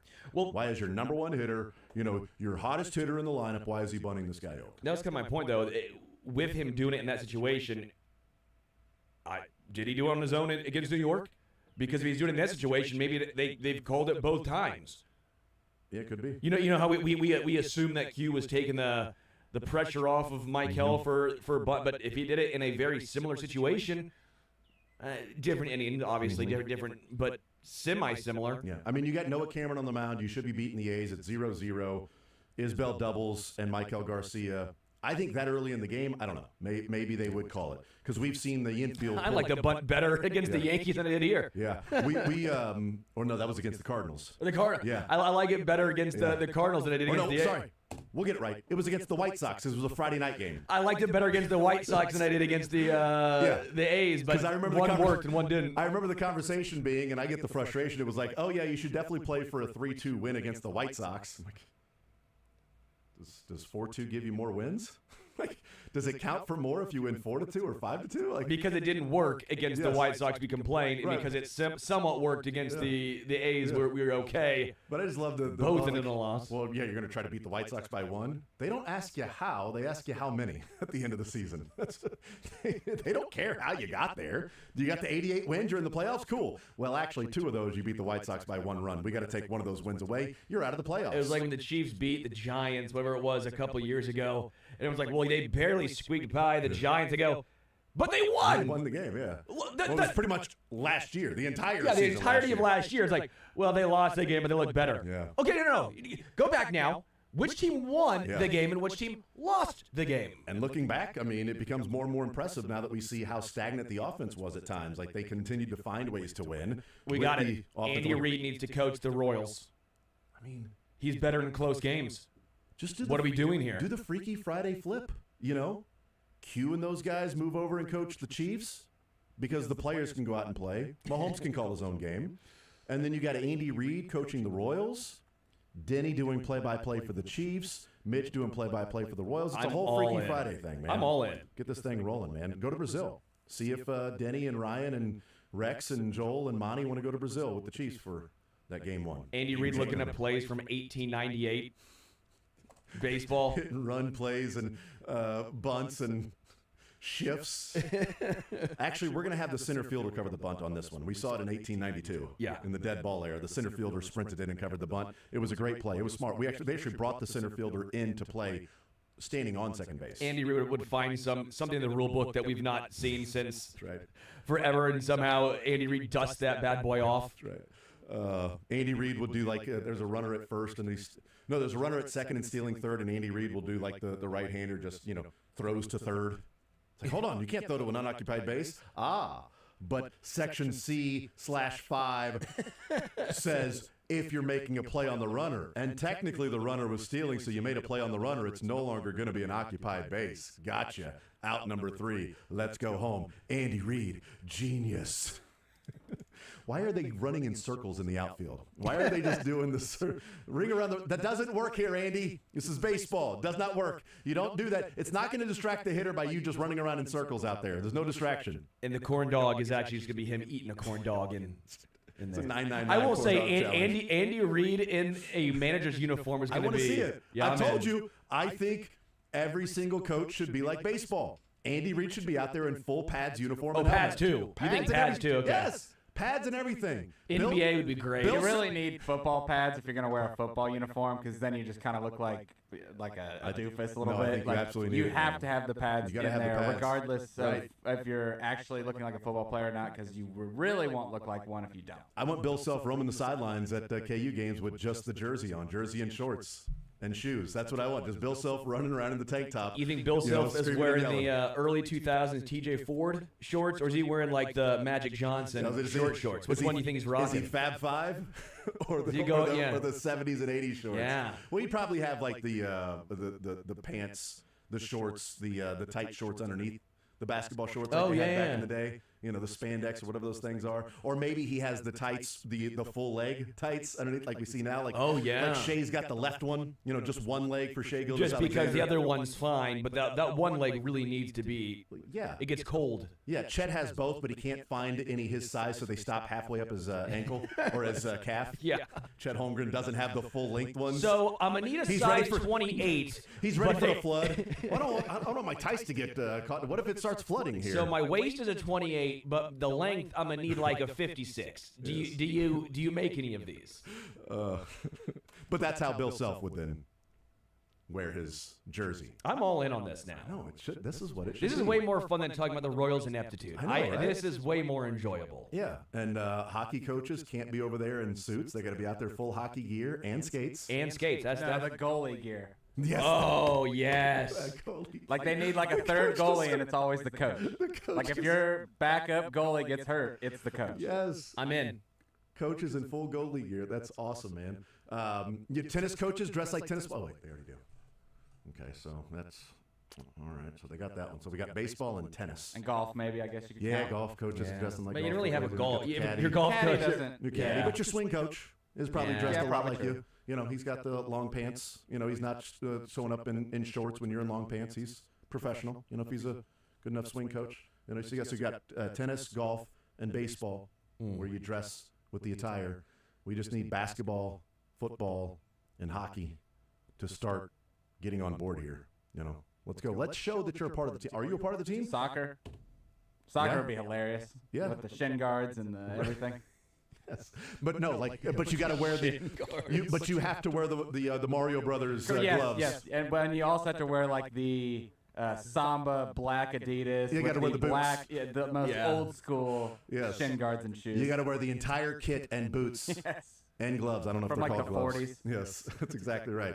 You got to do the whole thing. Yes. Oh, you know what? Andy Reid, you don't have to wear the full helmet, but you have to wear the leather helmet back in the day. You got to at least wear that one. Yes. The one strap. the one bar? The one bar. We know what Andy Reid's wearing. It's The one Rams. bar. No, it's the Rams. It's the Rams one. Get up with the 2 bar. With REID on the back of his jersey with the. You know that they grabbed an actual player's jersey to fit Andy. I didn't know that. Oh yeah. With the last name of Reid on it? No, it actually had the player's last name on it. Like you never see that in the video, but 34 for the Rams, he's wearing his jersey. I thought it was his last name, but spelled wrong.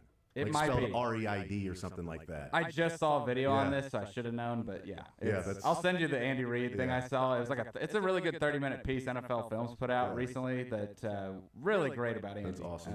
So I'll send that to you. But that was where I saw it. By the way, speaking of that, I haven't seen the Scott Pollard 30 for 30 yet, but in the middle of our tournament, our games, we had a 2-hour break between one of the games, so we went up to Brewtop, and it was before the Royals played, and so they had the 30 for 30 in the background. I couldn't hear it, right? I mean, they had the golf and everything else on, and they had the 30 for 30 on with Scott Pollard. I'm like, it looks really good, you know. I think they were talking to the family of the person that, you know, passed away that Scott Pollard got, you know, that person's heart. So it looked certainly, from watching it, like it would be a really good production. Scott Pollard seems like a really awesome dude, and you know, has the heart transplant and everything. So I have not seen that one yet, but I've meant to catch that. I wanted to see it. Yeah. Doing some research, I have not seen a player whose last name is Reid. No, I found it. Wear 34 for the. It wasn't Reid. It was Les Josephson. Josephson. So his last. So he had Josephson on the back. He was 6'1", 207 pounds. Andy Reid wore a Los Angeles Rams jersey that belonged to running back Les Josephson because none of the youth sizes fit him. Les Josephson. One-time Pro Bowler, baby. Yeah, I would like them to have had, you know, his actual name on the back and spelled RIED. You know, because there was a guy that was at the Super Bowl in Miami that was walking around in a Rams full get-up, you know, with the Reid. Yeah. And I think on the back he had it spelled RIED. So maybe that's the urban legend that it was just spelled incorrectly on the back of his jersey. Maybe it was just because it was Josephson. It was a different jersey. It wasn't even his jersey. But I've always understood the story to be that they spelled his name wrong. They did on the broadcast. RIED. That's what it was. Yeah. Okay, the broadcast. The broadcast So there we spelled it go. wrong. We've connected it. The broadcast was RIED. Yes. And the jersey was Josephson. How I'm did we pretty know- sure he put his pads, like he had like a, not Josephson's, but the Rams grabbed a set of pads as well. How do we know it was really him under there? There's no evidence that it's actually him. He was You got telling the story. His Leave the brother, mustache. two different last names. his brother was at a bar in, I can't remember when it came on, and they were all watching Monday Night Football, and he thought Andy was joking with him that he was going to be doing this, and then all of his buddies are sitting there, and there's Andrew Reid pops up on the screen. So it's a pretty cool story. Eric Stone Street No. was watching. No, Randy? he wasn't of a drinking age. Randy He was Reid? younger. He's the younger brother. Oh, okay. We'll take a timeout. We'll come back, continue rolling. We'll talk about the Rafael Devers trade, kind of a blockbuster out of nowhere. Is there a local connection to it? We'll get into that next.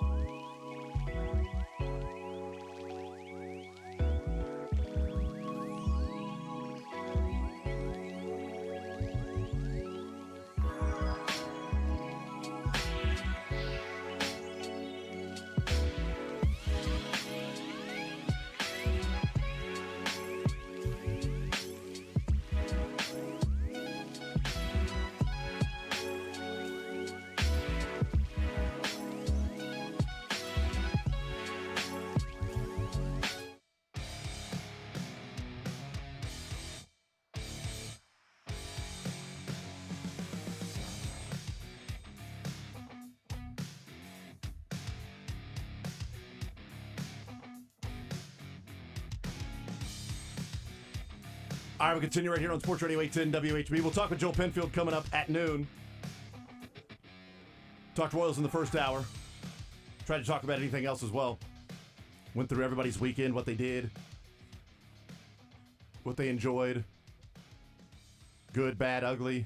We'll do Learn Funniest Best as well, coming up in the 1 o'clock hour with Mick Schaefer. Got to find out what I learned from the weekend still. Still trying to figure out what I learned. You know what I learned? Too smart. I've learned everything. I mean, is there anything left to learn? What do you get a man that has everything, for Father's Day? A beer? That's right. You don't have a beer. Even if you had a beer, you don't have that beer. It's a different beer. Not sure. So we talked about that. We'll hang out with Mick Schaefer coming up in the 1 o'clock hour. We'll certainly talk a little bit about the U.S. Open that took place yesterday. NBA Game 5 tonight. Oklahoma City and Indiana. They say Game 5 when it's tied 2-2 is pretty pivotal. It's a pretty pivotal Game 5 tonight. So I was told Game 4 is pivotal because if Indiana won, they go up 3-1. The thing about, Game 1 is huge because you want to get off to the right start, so it's pretty pivotal. Okay, yeah. And then Game 2, you don't want to fall behind 1-0, or if you go up 2-0, or you don't want to fall behind 2-0, or if you go up 2-0, it's huge. So that's pretty pivotal. Okay. And then Game 3, if it's tied 1-1, oh my God, you got an advantage, so it's pretty pivotal. Or if you're up 2-0, you can't fall behind 3-0, or you sort of take advantage of the entire series. I'd call it pivotal. It's totally pivotal. Yeah, And don't forget that the series just started because now both road teams have won. Yeah, right. Because exactly, the series is finals not actually going to start start tonight. That's exactly right. Now now the finals have started, and Game 4 is huge because if you're down 3-0, it's over. It's a must win. Yeah. But if it's 2-1, you don't want to fall behind 3-1 because then it's just sort of over. But if you're up 2-1, good night, dude. If it's now tied 2-2, the momentum goes back there. It's a pivotal game as Game 4. And then Game 5, pivotal. Yeah. Pivotal Game 5. I'd call it pivotal. What about Game 6, though? Depending on who wins. Pivotal. Yeah. But Game 7, though. Oh, yeah. Game 7 is, I don't know how pivotal it is. You're going to have a result regardless. So it's not really that. It's not that Well, pivotal. it's pivotal because one team wins, one team loses. Yeah, I just don't think it's as important as the first 6. Yeah, you're right. I think the first 6 maybe have more implications. Yeah, I feel like we get to Game 7 and we forget what happened in the first 6 because it's all about Game 7. You know what I mean? Let's focus a little bit more on the journey. Everybody's worried about the destination in the end. Don't be sad that it's over. Be happy that you got there. You know what I mean? Be happy that it happened. People just ignore all the good things in life. Stop focusing on the bad things. Am I right? Let's look at all the good things with the Royals. Why are people ignoring the 34 wins and focusing on the 38 losses for the Royals? That seems pretty pessimistic, if you ask me. Let's look at the positives here, okay? They won 34 times. They've gone out there on the field. That's not easy to do. They're playing another professional baseball team on the other side. So, not the easiest thing in the world.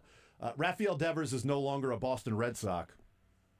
And, look, I do find it to be surprising that they did trade Rafael Devers. Because, you're talking about a guy who's 28 years old and is a perennial 30 home run hitter. A guy that's high 800s or 900s OPS, consistently with OPS plus, 35 to 40% above what is, your replacement level player, your average Major League Baseball player. And he's got a lot of money left on his deal because they signed him to the huge deal. And he's getting $29.5 million next year, and then 33 and 33 and 33 and 33, and then 3 more years of 31. So $260 million, $254.5 million that he's owed in his contract, and he'll be 36 years old in the final year of that deal, making $31 million. We know the backstory. He played third base, not great third base. They go and get Alex Bregman, Gold Glove third baseman. They move Devers to DH because they have Tristan Casas at first base. He messes up his knee. They ask Devers to go to first base. He refuses. They told me to put my glove away. I put my glove away. I'm not going to be a team player. In reality, what should have happened is Rafael Devers going to the front office or the coaching staff and saying, if you need me to play first base, I'll play first base. What do you need? You're paying me $30 million this year, and you're going to pay me another $260 over the next 8 years. I got you. I'll play first base. Because Bregman also has an opt-out.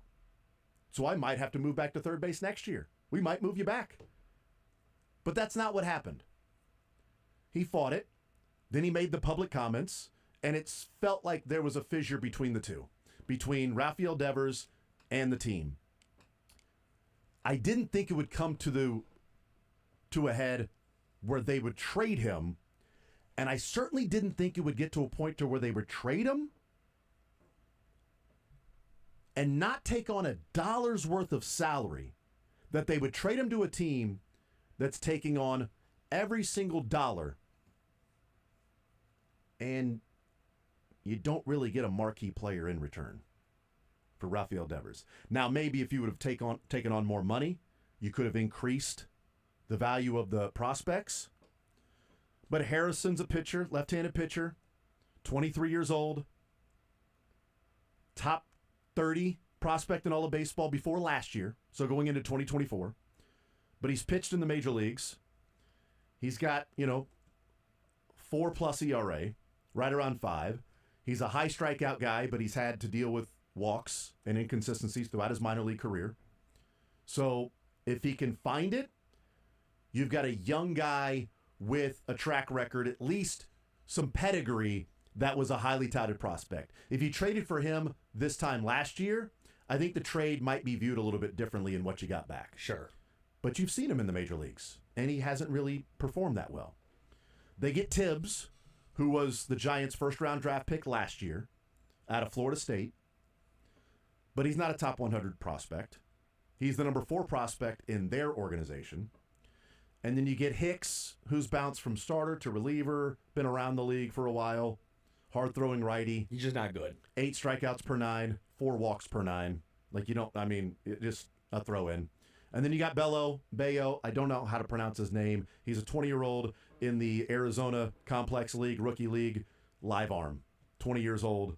And they want all the Bayos because of what they had, right. Bryson or whatever. Yes, that's right. I think it's like Brian or whatever. Right. But this kid, again, Arizona Complex League, rookie league, 20 years old, 25 innings and like 42 strikeouts. A live arm. You're throwing a dart. You're taking a lottery ticket. But again, he's not even in the top 30 of the Giants prospects. So it's a live arm, but the Giants' top 30 prospects, Bayo is not there. Tibbs was number 4, not a top 100 prospect. They have one top 100 prospect, and he's the number 16 prospect in all of baseball. But they didn't get him for Rafael Devers. If you got him, it might make a little bit of difference. But they weren't trading from a position of strength. They were trading from a position of, we're trying to move him. If this was the trade deadline and there were many, many, many teams involved here, and he didn't have $260 left on his contract in 8 years or whatever, then maybe they could have got a little bit more for him. But this is a team that's walked away from Bogarts, traded Mookie Betts, and now traded Devers, and they don't have anything to show for it, except for what may happen with these 4 guys. So if Tibbs turns out to be awesome and the pedigree of a first-round draft pick, hey, cool. If Harrison figures it out as a lefty, pitching at Fenway, great. If this live arm hits, hey, you got some good return for Devers. But this feels like more of a breakup and moving on and letting a team take on the salary of one that you may have felt like you've already made a mistake with. And now you've got those $30 million every year for the next 8 years that you can use somewhere else, on somebody else. I don't know, but if they were trading Devers, Sterling, I thought they'd get back more than this. There could be a Royals implication as if the Royals are sellers. What is out there on the open market? But this feels different in terms of we're just trying to move the guy because we're done. Well, it's also because they're in the playoff hunt. Mm-hmm. They didn't get anyone that really helps their major league team right now. Harrison could. I don't understand how the Red Sox, being in Boston, and they have this crazy salary, and they operate like a minor market team. If they didn't want to a mid market team. They didn't want to pay Bogarts or Mookie. And then they pay Devers and trade him. I don't understand this because the amount of times where it really feels like these deals work out for the prospects is few and far between. The Juan Soto one worked out for the Nationals, right? They got James Wood, who James Wood has been phenomenal. But more often than not, it feels like you get these guys back, you hype yourself into thinking they're going to be good, and then you're like, oh no, they're just a guy. Mm-hmm. Yeah, you never know what the prospect's going to end up being. I'm shocked that Boston did this, but I'm almost more shocked that it ended up going to San Francisco. Yeah. Because they have Matt Chapman, who is injured right now, but who's an awesome third baseman. Aren't you going to run into the same situation that you were just in? Well, he's not playing first base there. He's just going to be their DH. I guess so. So paying $30 million for a DH in a ballpark that is not great with lefties. I mean, the last person to hit 30 home runs as a left-handed hitter in San Francisco was Bonds. And 04, I think, is whatever it was. Yeah. And so, although I think Devers will put a lot into the Cove. Devers is. I think he'll be fine there. And he's a guy who can go up a lot. If you look at his home run chart, I mean, it's literally all over, right, left, center, doesn't matter. He gets it out. I think he's a great player, but I just don't know how it went so sideways with the organization. I typically find myself siding with the players, but Devers seemed like such an absolute clown for making that much money and then complaining nonstop about everything. You're getting paid $30 million a year until you're age 36, and you have the audacity to say, "No, I'm a third baseman. I'm playing third base." Do you want to win or not? Yeah. Bregman is clearly the better defensive third baseman than you. What are you doing here? Either move to first or to me it blows my mind just the audacity of Rafael Devers in that situation. Doesn't matter. They somehow got sideways. They trade him. What is brought back for me? If I'm a Red Sox fan, I am irate. I'm livid. Again, it comes down to. I still think they got better, in my opinion. I think it's an addition by subtraction. No, okay. Time, you'll see that. Not this year. You're trading a 905 OPS. Yeah. All the stats can be what they are. I'm talking about culture, clubhouse, all the stuff that you were talking about that can bring a team down. And they're not going to compete this year, so why not just They were competing. Well, then I think they still will. I think they'll make the playoffs. Are they in the race? Boston? They are close. Yeah. I think they will take a pretty... I think they have some... This is addition by subtraction. Yeah, they're a half game out of the wild card spot. Boston is. If this would have happened 2 months ago, would we be as surprised? Like Jason said earlier? You know, that's a good point. And here's the thing. The timing of it is interesting because I think there's two ways of looking at it. When this whole thing happened, when he refused to play first base, refused to move again from third base to DH and then DH to first base, not going to do it. Then it was like, all right, what's going to happen here? Are they going to trade him? Well, you can't trade Devers. Well, now that Marcelo Mayer's up and Roman Anthony's up, now maybe the timing makes a little more sense, is that they were willing to put up with Devers until they felt like these guys and they could figure out the log jam in the outfield. And without Devers, now maybe you have more opportunities for Duran and Abreu than maybe they were going to trade Jaron Duran or Willie Abreu because of a log jam in the outfield. You have Mayer and you have a whole bunch of guys called up now. Yeah, now you can find some more, at bats for them. And is this the culture you want to set with calling all those that young guys part up? Of it too. Hey, by the way, if you're not happy, just complain and we'll cater to it. We're going to pay you a lot of money. And we'll pay you a lot of money, and then you essentially run it and choose where you want to play at that point. No, we got younger guys up here, and part of it might have been we need pitching. So we need bullpen help from Hicks right now. And our pitching staff, Walker Buehler has not turned out to be what we were hoping he would be with his 5+ ERA. They've had a couple of other guys that they've had to deal with. Hawk is still on the IL, right? Hawk is, and Giolito, I think, has a 5 ERA as well. So that trade didn't work out as well, at least right now. I don't know. Or was it Giolito or was it Crochet that's... Crochet. Crochet is the, probably... no, he's been fine. Would you give up Kyle Teal again for Crochet? I think they probably would. Yeah. 100%. Because of their pitching staff. And so maybe they're looking at it and saying, we think we can tap into Harrison and get what, last year, number 24 prospect in all of baseball before the season started. So what's changed from then to now? Well... It's another year of seasoning. He's now 23, not 22. Some of the potential that's there has now turned into lack of results in production. Sure. So that matters. It's like in the NBA. It's like, well, if you're a freshman at school and you don't have a good jump shot, they might draft you because you can develop one. But if you're a junior without a jump shot, you're just a dude that can't shoot now. Yeah. So, you get older and continue to do the same things. You lose the prospect status and you lose what the ceiling could be. He's just a top 15 hitter in all of baseball, and you got to get. I know you get sideways somehow, but you got to get more than that, especially with the track record of dudes that the Red Sox have traded and the returns that they have received have been lackluster, to put it mildly. The other thing that's interesting here is, like, were they shopping him? Because out of all of the insiders, like Jeff Passan and Buster Olney and all these different, Schoenfeld, like all these different insiders across baseball, nobody got wind that Devers was going to be traded. And all of a sudden, this blockbuster, like, whoa! Everybody's like, surprise blockbuster. So were they not shopping him to see what team's interest would be? Or was it just working directly with San Francisco, like they must have Dallas liked and Kyle LA. Harrison or something like Dallas that. and LA. You know, we're gonna shop. You know, Luka's gonna go to LA, and the Lakers are the only team that we're gonna talk with. The Giants are the only team we're gonna talk with. It's just odd. Like, could you have shopped him and got the best possible deal, and maybe got a bidding war for teams that needed offense? You know, I don't think the Royals would have been involved because it's too much money, but Devers would have certainly helped. And the with reaction, the logjam at DH and first base, you need more of those guys. The reaction to the Luka trade is very similar. Everyone was like, Nico Harrison is a moron. Yeah. And now it goes and goes and goes, we'll see. Yeah, I still think it was when I was told that they could have gotten 7 first-round draft picks. I would agree. What he got in return is moronic, but this guy didn't play defense and he's never in shape aspect of it did kind of play itself out again in the postseason. Well, sure, but he's a top 5 player. It's like Rafael Absolutely. Devers.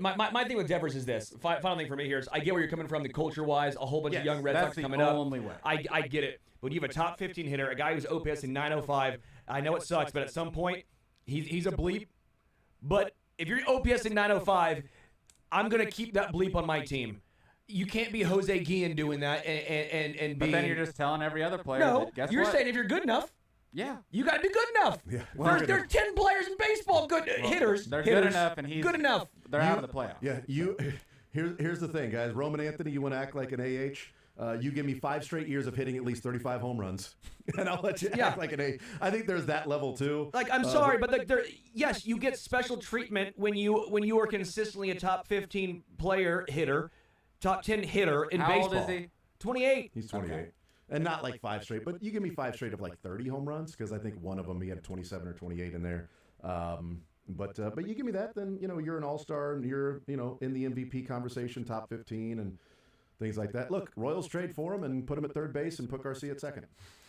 I'm in. Hey, there you go. I would have been in. Got a log jam at first. Hey, you there. can play third base. Here you go, guy. Play third base. We're just not going to give anything. And okay, Boston, you're probably going to need to eat a decent amount of that salary, probably like half of it. All right, 260. You eat 130, and we'll increase the prospect for you just a little bit. All right, and Devers, you'll play third base. All right, we got you. We'll throw in We Mark got you, Canna. dude. You need some help, right? Yeah. You need an outfielder. So now we got Devers at third. We got Jack at first, and Vinny DHing, and so you got your corners I taken would have care loved of. Devers. I would have Yeah, loved nice. him at third base. Would have been nice. I would have taken him. He's quite the hitter. We'll take a timeout, come back, continue rolling more zone next.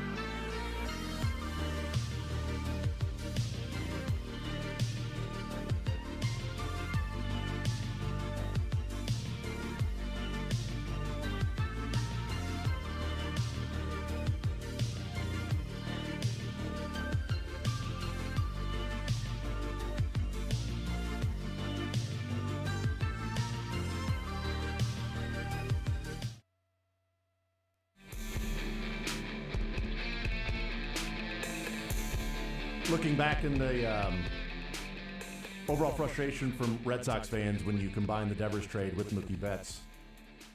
They traded Mookie Betts and David Price to the Dodgers, and they got back Verdugo, who that first year was pretty good for them. He was 12th in the MVP voting, first year, 2020, shortened season, but OPS at 844. And then it slowly regressed after that for him in the organization. Then they got Connor Wong, who's been a guy.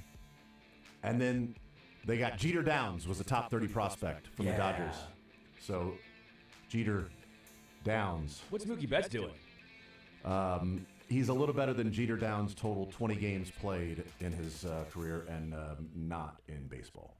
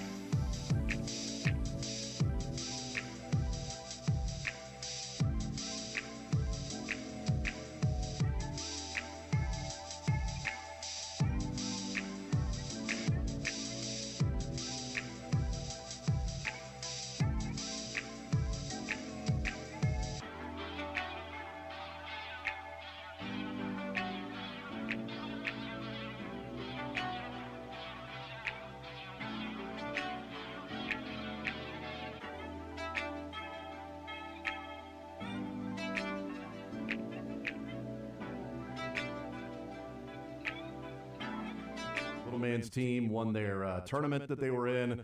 So he got another ring. He showed that he loved me by playing good baseball. It's the only way, really, that I think that he shows his love for me and adoration is if he plays well in sports, and I can live vicariously through him. So it was a great Father's Day. You know what I mean? I get that, man. That's awesome. So it was fun. In all seriousness, it was a good Father's Day. So that was nice. Was it a good weekend for you? No, it wasn't. Can we talk about anything but the Royals? Like, what do we do here, Joel? I mean, do we find other things to talk about, like the weather, cars? You want to talk about, like, your favorite car growing up or what your dream car is? My dream car is a 68 Dodge Challenger. I go there. Yes, I like it. Yeah. I grew up always wanting, like, a Lamborghini or something like that. Like, that was always what I wanted, was a nice car. Boy, the Royals could use something to help them get around the bases. Am I right? Okay, so how do you put into words without just screaming expletives of what we're watching with this Royals team right now? 3-10 in June. They were 0-6 on this homestand. The A's had lost 13 straight road games, and they get swept. Like, how do you put into words what we're watching right now and the frustration that's there? It's tough. I tweeted it on Friday during that game once it kind of got sideways in the middle innings there. Like, I wish I had some sort of cogent analysis, some, like, high-level baseball thought to try and figure out what's happening, and I couldn't come up with anything.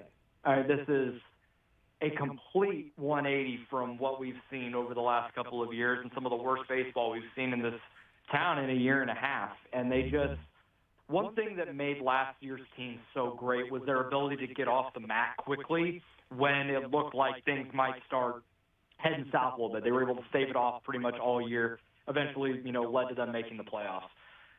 They don't have that this year. That they don't have that pitch, so to speak, where they're able to just, hey, turn the page tomorrow and go. And even though that has been the mentality, it clearly has not worked. And it ultimately led to a players-only meeting on Saturday afternoon. And I was out at the ballpark when that went on. And, they came away from that meeting fairly positive.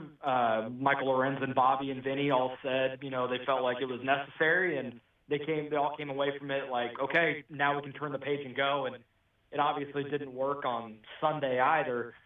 We'll see what this team is made of after this, right? It's one thing to kind of get your teeth kicked in by the Yankees on, a midweek series, all right, whatever. That's one of the best teams in baseball. To not even be able to turn around and beat one of the worst teams in baseball, and a team that's been playing some of the worst baseball in the league outside of the Rockies, to kind of get your teeth kicked in by them too, sends a pretty bad message. So we'll see what they're able to do when they turn right around, and you got a 6-game homestand or a 6-game road trip against the Rangers and the Padres, and we'll see what they're made of. Are they going to be able to get off the mat, or is this going to be a team that continues to nosedive and head back closer to what we saw in 23? Yeah, I want to talk about the players-only meeting. The old adage in baseball: winning teams win and losing teams meet. And this is, there have been a lot of times we've talked about Royals players-only meetings and how often do they work. There is one that stands out. And maybe that's the exception that proves the rule, is that of all the players-only meetings, we can remember one in 2014. But I also asked the question, how much was that a players-only meeting after the loss to the White Sox on July 21st? The Royals were sitting 48-50 in 2014. How much was it a players-only meeting? And how much was it, as we hear from Mike Swanson and Joel Goldberg and Ryan Lefevre and the people around the team at the time in 2014, of Raul Ibanez bringing the team together and explaining to them how good of a team they are by somebody who was on the outside watching them play and saying, you don't realize what people think of you as a team and how good people think you are. You need to look in the mirror and see yourselves the way that other teams, us, the team that I was with, was viewing you guys, not wanting to play you guys.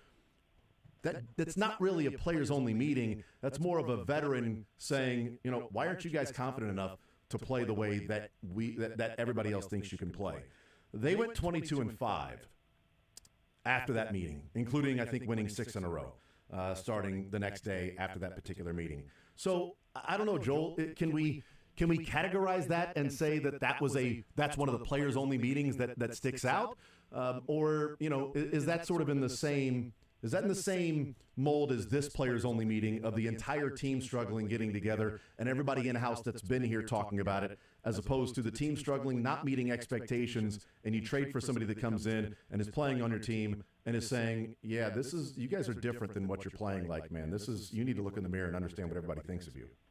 Yeah, I think this falls in a little bit of a different category because this was a team that experienced so much success last year, and it's not like this is an entirely different team. In fact, it's pretty much the same team with a couple additions in Carlos Estevez, Jack, and Noah Cameron. Like, it's almost exactly the same team. Jonathan India involved in there as well. But the leadership of this team and the core of this team is essentially the same, and they just don't have that same it factor. And I can't think of the right word for it other than that. I can't think of it. It's something so confounding that a team with pretty much the same roster and the same core and the same really solid players they just can't get it together this year. It's so bizarre, and I understand that, sometimes, winning cures all is kind of the phrase, and sometimes these meetings can lead to a little bit of a morale boost, but what boosts morale more than anything? Winning.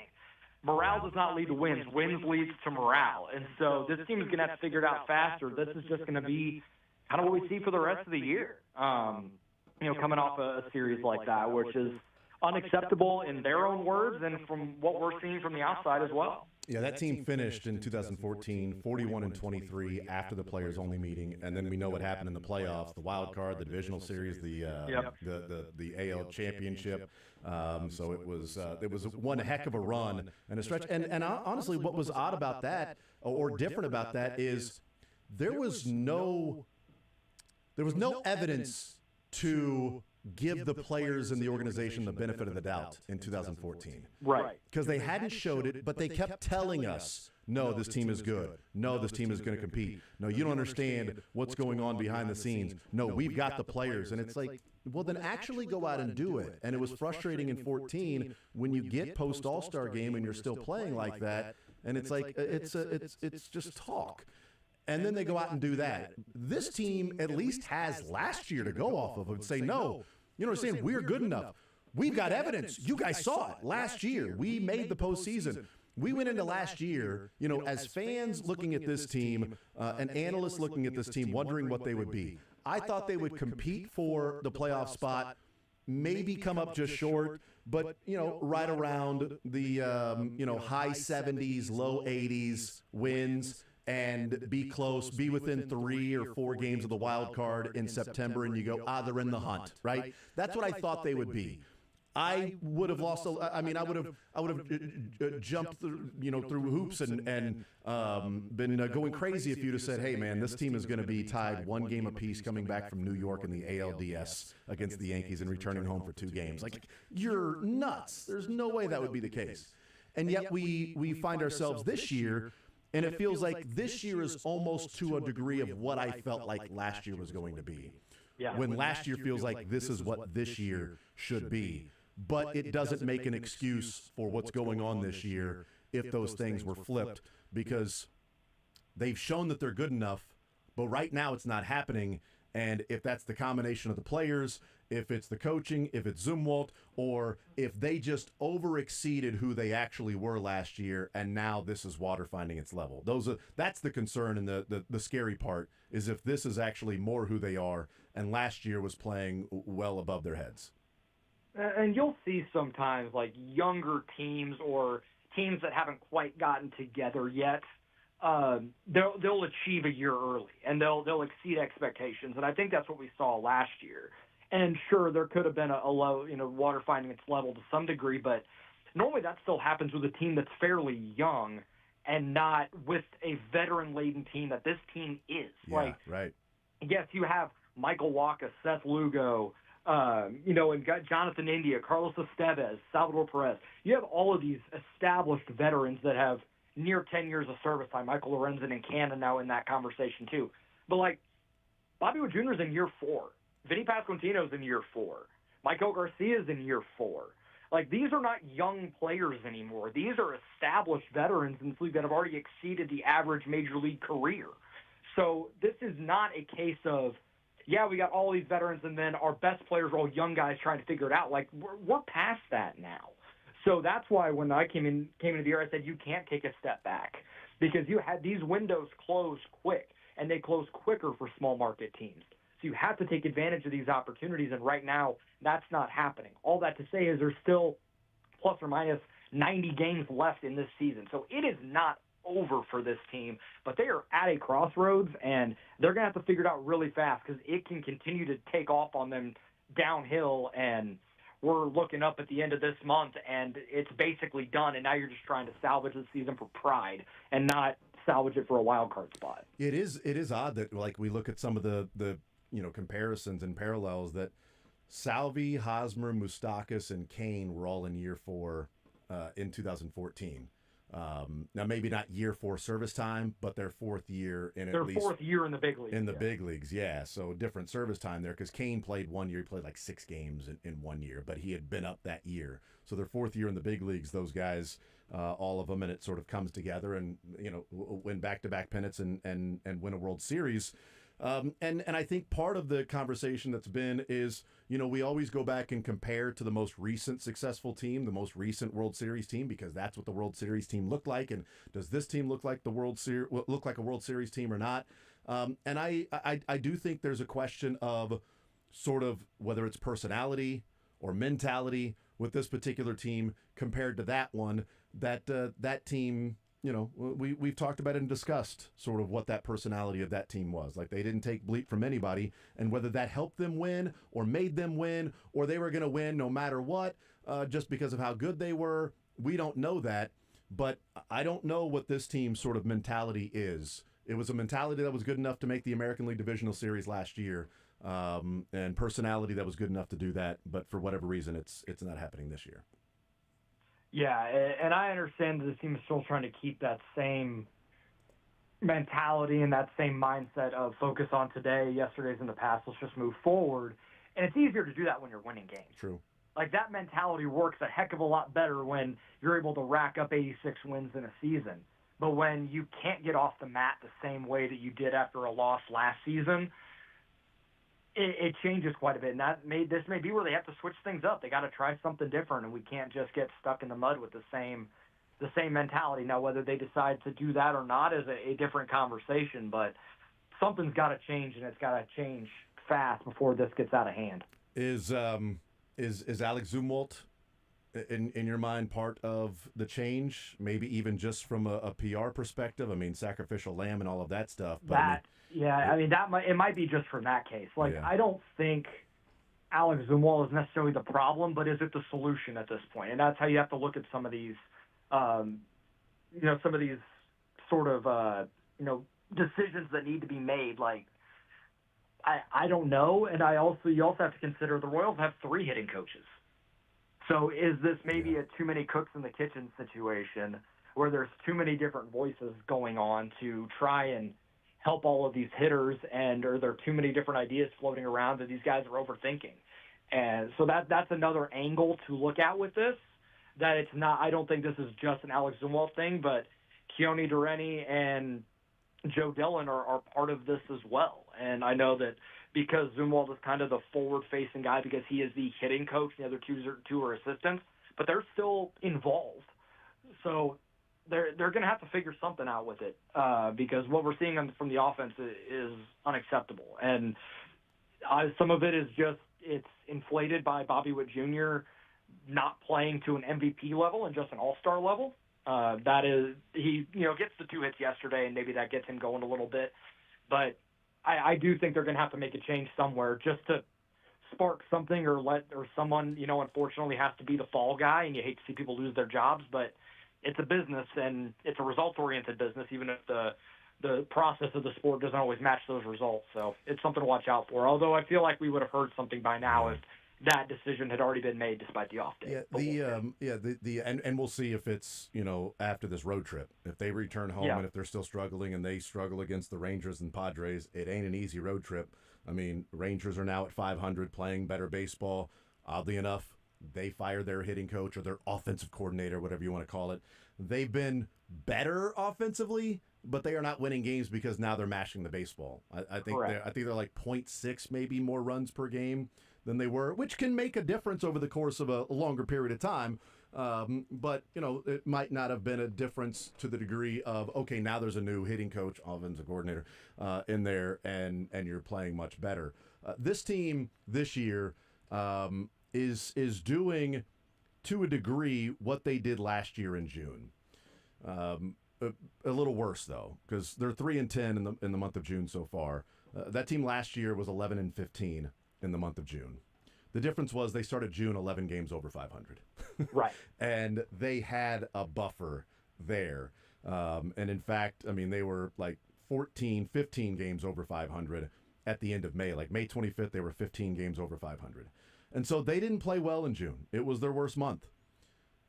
But they gave themselves enough room in terms of the wild card, and it was like, okay, well, there goes the division. Now they're no longer going to win the division. Can they win the wild card? And they went in June from being, 10 games out to then getting within, a game in late August. So it took a lot of them fighting to get back and playing great baseball, but they got back into it from 10 games out. And I don't know, do you think that this team is capable of that? Is this team capable? Is this one of those to where runners in scoring position is such a fickle thing, and they have been so bad with runners in scoring position, comparatively speaking to what they've been just in general with nobody on base or nobody in scoring position, that how can you have a batting average that's, 8th or 9th or 10th best in baseball, but somebody gets in scoring position and you're batting 200? Like, is that going to be to where that finds its level and it's been so bad that it can't continue at this pace, and they'll start getting those runs in and start winning, and then you'll see this team back? Or is this a year-long thing to where it's just, last year's runners in scoring position was so good, it was so unsustainable, and even with how good it was, they were still only like middle of the pack in runs scored? To answer both parts of this question, yes, I do think this team can turn around because we saw what they did last year. And as I mentioned before, this team is mostly the same and better in some spots. On the pitching side, and the bullpen is still very good. So and the middle of the American League is so muddy and it's so jacked up that despite all this, we're also only 3 games out of a wild card spot. Right. Like, they're still right there. So it's not like things are lost. It gets bleaker by the day with every loss, but it's still right there. Everything this team, all of their goals are still in front of them. It's not that dire, especially with it only being the middle of June. There's still a longer runway of the season to go. But you got about a month before decisions need to be made. So they need to start winning games now to either show JJ, hey, we've got this turned around. We need, let's get a couple of pieces and go make a run. Or, all right, we got to sell and reset. So you got about a month for these guys to figure things out, and I know that they don't want to be in the position to sell. So we'll see what they're made of. On the runners and scoring position side, last year was just to an unsustainable level of greatness with runners on, and we've seen a complete swing in the other direction of the pendulum with that. And I think it's been so bad right now, I don't think that can continue either. Like, it's swung so far in the other direction, it's got to bounce back the other way. And we saw some better at-bats with runners on this weekend, despite maybe not the results being there. But Bobby came through and Vinny came through with runners in scoring position. Maybe that can get them going a little bit.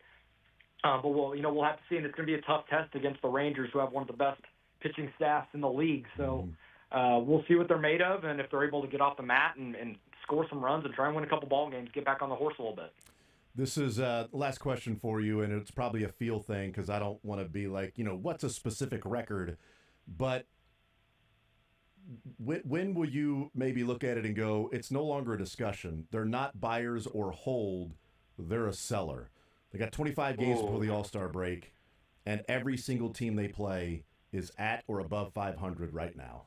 I think if they're 10 under, it has to be a conversation. Yeah. Like, I think that needs to be where it's at. It also depends on how muddy the middle of the American League is for those wild card spots too. Like that, if they're more than 5 out or 10 games below 500, I think you have to sell at that point. Yeah, what I don't want to get into is a position to where it's late July and they're like 4.5 games out, but they're like 5 or 6 teams ahead of them for the wild card spot. and they decide, you know what? No, let's go for it this year. Let's trade some things away. Let's go get a bat.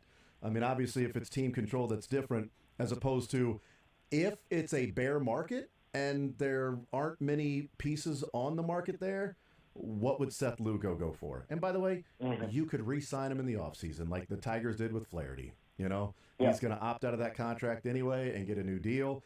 So you're going to have to deal with negotiations in the offseason anyway with him. You could trade him. Hopefully he goes and wins a World Series or something, depending on who it's for, and then maybe go back and get him after it's over. I think you could get something decent. I mean, the Tigers got their shortstop for Flaherty, and they got Flaherty back, so it kind of worked out for them. I don't want it to be to where it's purgatory, and they decide, well, let's hold on a little bit, or maybe we don't sell Lugo and maybe we just do some ancillary things. I think if it gets to that point, you got to assess, Joel. Are we good enough to get past the divisional round? Not just can we squeak into a wild card and hope things happen. No, are we good enough to get past the divisional round? And if we're looking at what 2026 is going to be, how do we help 2026 and 2027 to get past the divisional round with the players we have right now and take advantage of that? I think that's probably the strategy that needs to happen. Maybe it's wishful thinking. It's something I thought of as you were talking, that kind of being in that purgatory could work to the Royals' advantage depending on what other teams do. Yeah. Like if those teams decide, hey, we're going to sell or stand pat, then the Royals have a chance to maybe jump those teams, right, that are kind of in that position where they're kind of caught in between. It's something to consider, and I know that JJ will make the right decision. I think he's earned the benefit of the doubt in that regard when it comes to deadline moves over the last couple of years and trying to improve this team for the present and the future. So we'll see what they have available, but I'm not going to be shocked if they're aggressive one way or the other in trying to either add if it's the right position or sell and try and get some cost control players and some prospects to build the farm system and some more young players for this team that are either pre-arb or maybe in their first year of arbitration of control and try and reset and build that way. So we'll see. They got a couple different angles, but hopefully we're talking about them being buyers and contending for the playoff spots and the opposite. Yeah. Joel Penfield, One Royal Way podcast. Joel, you're the man. Appreciate it. Let's hope next week our conversations are a little more enjoyable about this Royals team. 6 games against the Rangers and Padres on the road before returning back home. Joel, you're the man. Appreciate it, brother.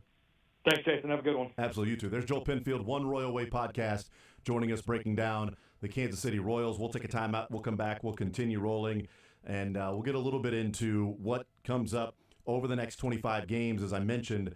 And at what point do we look at it and say, yeah, it's well past time to go ahead and look at, and I'm not saying that's right now, but when that gets to the point to where we say they have to be full-on sellers. And you know what? Maybe we can check out, somebody's body. Get a good look at their body. You know what I mean? Ooh. Let's go check out their body. What's that person's waistline looking like, huh? Oh. How's that body, huh? Look at that body. Look at that body. I work out. More's on next.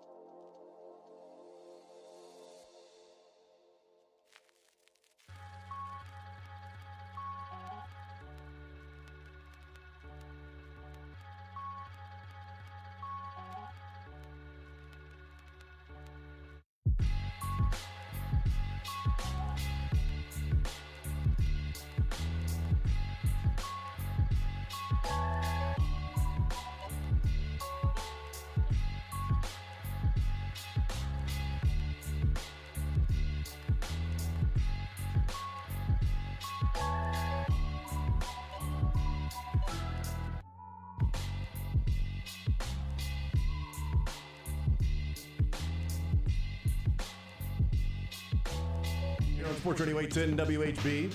Jason Anderson with you, Sterling Holmes, Dylan Michaels. We'll talk some U.S. Open. We'll do that with Mick Schaefer coming up in the 1 o'clock hour. He likes the golf as well. He likes to swing the wrenches from time to time, you know what I mean? So we'll do that with Mick Schaefer. And you guys have had plenty of experience playing golf in the rain, you know, because you guys are diehards. You know what I mean? No thunder, no lightning, no stopping you. Doesn't matter. I did a French lick, and it sucked. Yeah, I remember. Actually, you know what? Now that you say it, I remember you saying that you horrible. guys played through the rain. We played through. The 17th green was literally flooded. And you say French lick was tougher than Oakmont. It grades out, okay?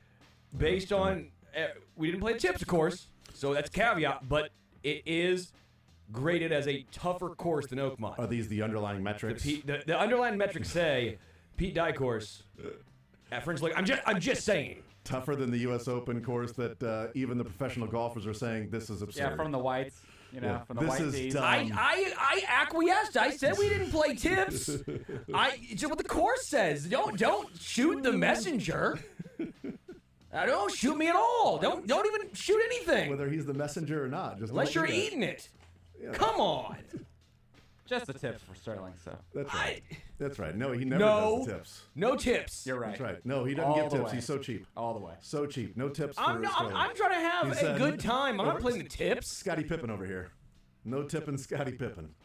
The only tips I like are Tippin's pie. Yeah. What about, Come on. What about rib tips? Or if you're just going to tip me because you think I do a great job. I like rib tips. I'll give you a tip. Tell you what you can and can't do, especially in golf. Let me tell you, I can really judge your golf game. Let me help you out there. I don't want your tip, There you go. Jason. You don't want anything when it comes to the golf game. What? From me Why are you whatsoever. shaking your head, Dylan? Not really good. What at was golf. said? Will not give you any tips on You that. teed that up like a golf shot. Yes, I know. I ignored it. NBA Finals Game 5 coming up tonight. Indiana and OKC. Game 5. Pivotal Game 5, as everybody will call it.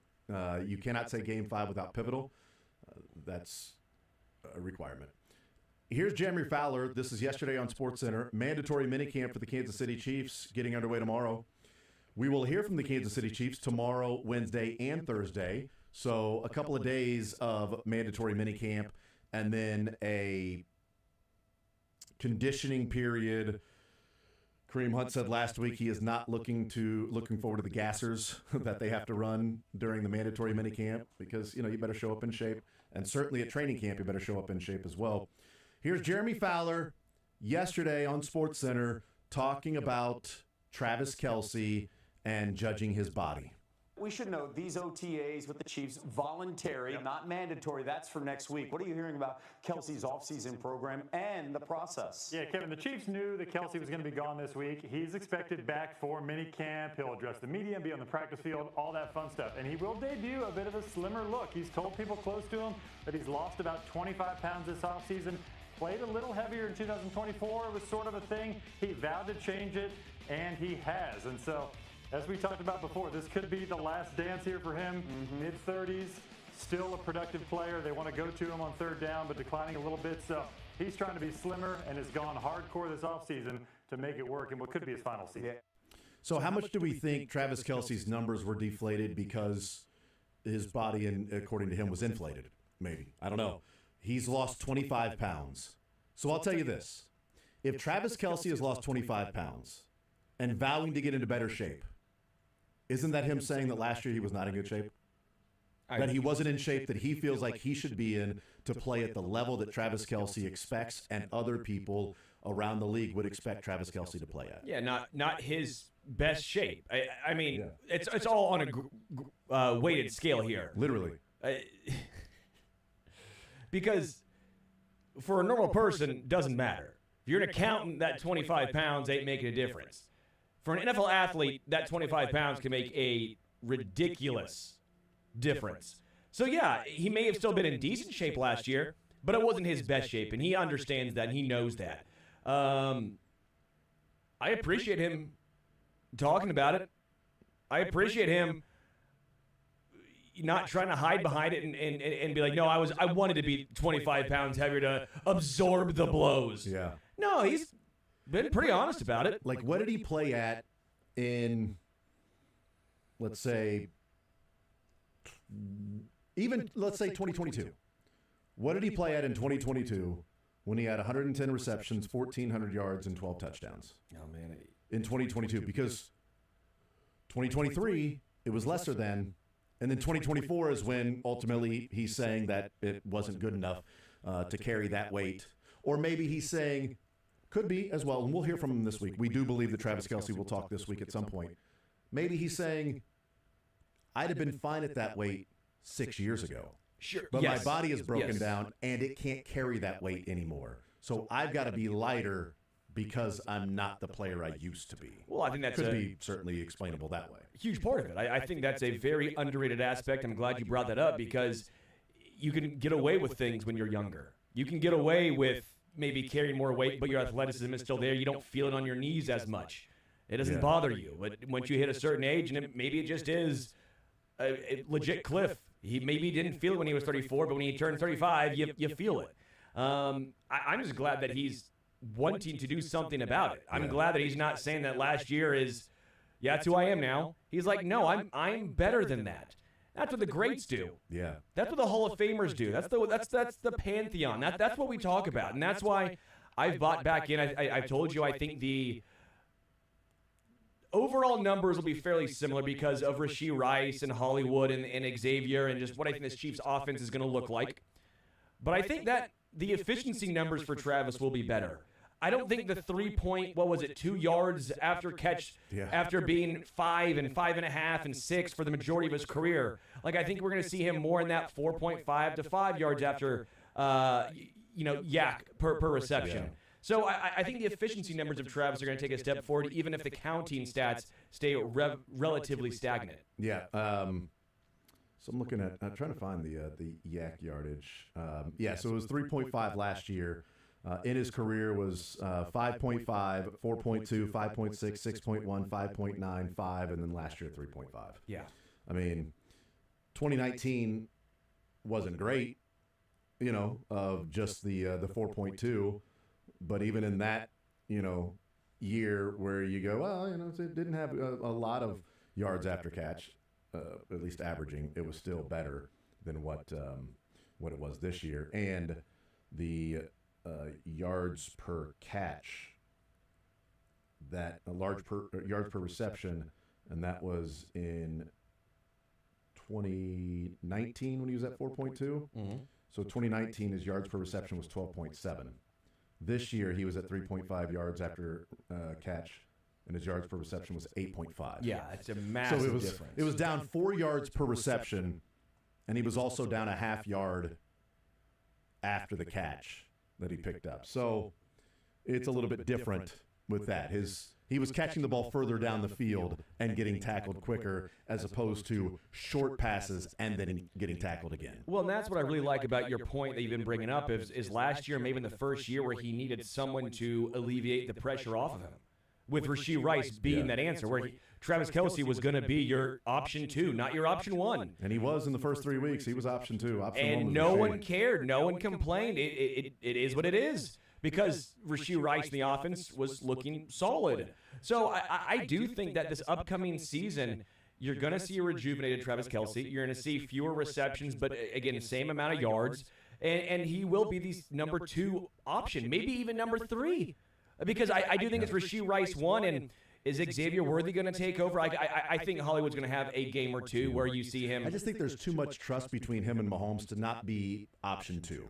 Agreed. 1 or 2. But my point is, I think you're going to see a lot of Xavier Worthy. I think you're going to see him, and it's a blessing in disguise, or however, a silver lining of, with Rashee Rice getting injured last year, and with no one else in the receiver room stepping up, Xavier Worthy went from, hey, you're going to be our deep ball guy, to, oh, bleep, now you got to learn the Rashee Rice role because we're trying to win now. We're trying to win a Super Bowl. You're going to have to do some underneath work. You're going to have to play out of the slot. You're not just going to be on the outside doing these streaks. So I've actually thought that for Xavier Worthy's development last year was actually great for him, because now I think you've seen him learn the full route tree, know all 3 wide receiver spots, and now he can be plug and play. He wouldn't have had nearly the opportunities to play as much and as much production and as many chances as he had last year without Rashee Rice and without Hollywood Brown, because he had to grow into playing the role of different players.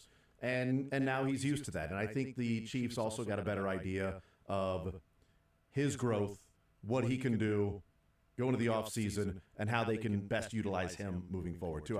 Blessing in disguise, I think there might have been two of those. One, Rashee Rice's injury, and then also Josh Simmons' injury right around the same time, because they get Rashee Rice back, they get maybe a better, more experienced Xavier Worthy, and they get a chance to draft Josh Simmons in the first round. Because last year he played 316 snaps in the slot and 570 out wide. So, I mean, you could move him around, lined up 14 times in the backfield.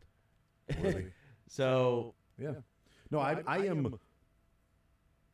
Last year I was so pumped about the offense being back that it was going to get back to what it was, by the way, in 2022 when they were number one in the offense. 2023 took a step back, still won a Super Bowl. And then 2024, they were back. They're going to be the number one offense. They've got Rashee. They drafted Xavier Worthy. They're going to go over the top. They've got Hollywood. You know, they're going to be Kingsley at left tackle, so athletic. They're going to be good. And obviously Travis Kelce mixed in. And it wasn't that. It was bad. It looked like they were playing in sand oftentimes. It was pulling teeth. It was rough. And so I don't want to then jump right back into where I was a year ago. Now, injuries had a little bit to do with that. But also, even without the injuries, we know the offensive line wasn't nearly what they were hoping it would be.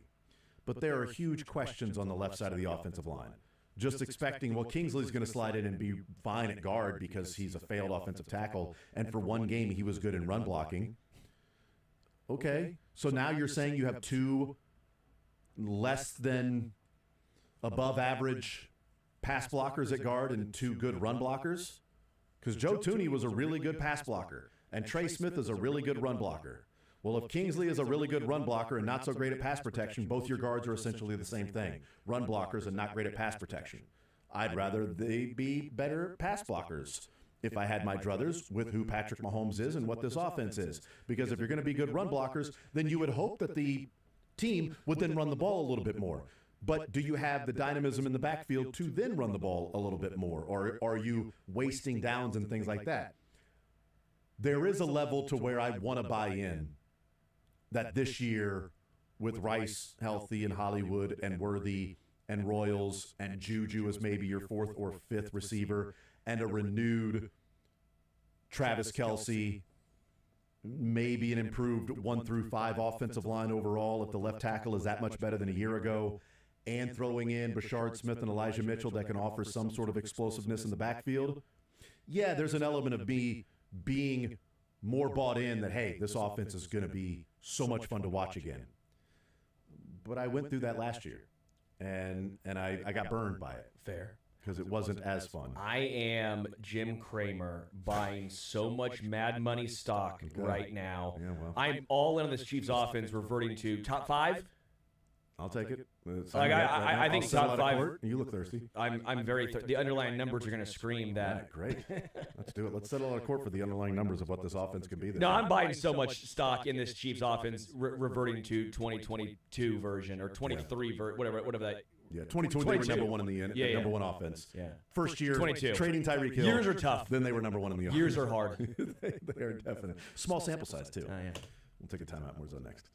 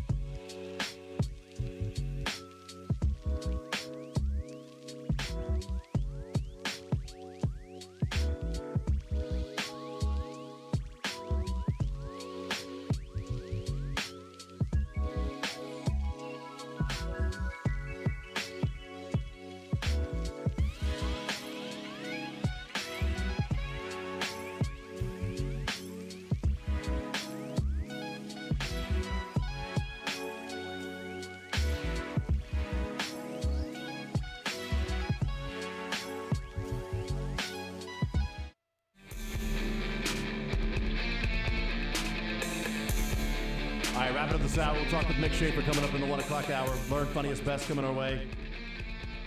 Talk some golf, talk some football, some baseball, some NBA, Hockey. some hockey. Why not? You know what they say in hockey. We're doing that hockey. Let's do that hockey. That's what they say. The Florida Panthers did that hockey. They did the hockey, yep, and they played them all night. I was at a bar just Good for you.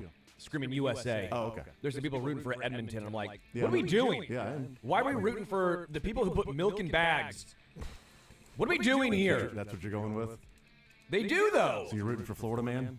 Yes, that's USA, baby. At least they're part of the United States. Come on. If Canada putting milk in bags is worthy of you not rooting for them, Wait till you hear about Florida. let me tell you what happens in Florida. I got good golf. Well, I got good golf in Canada, too. But USA, baby.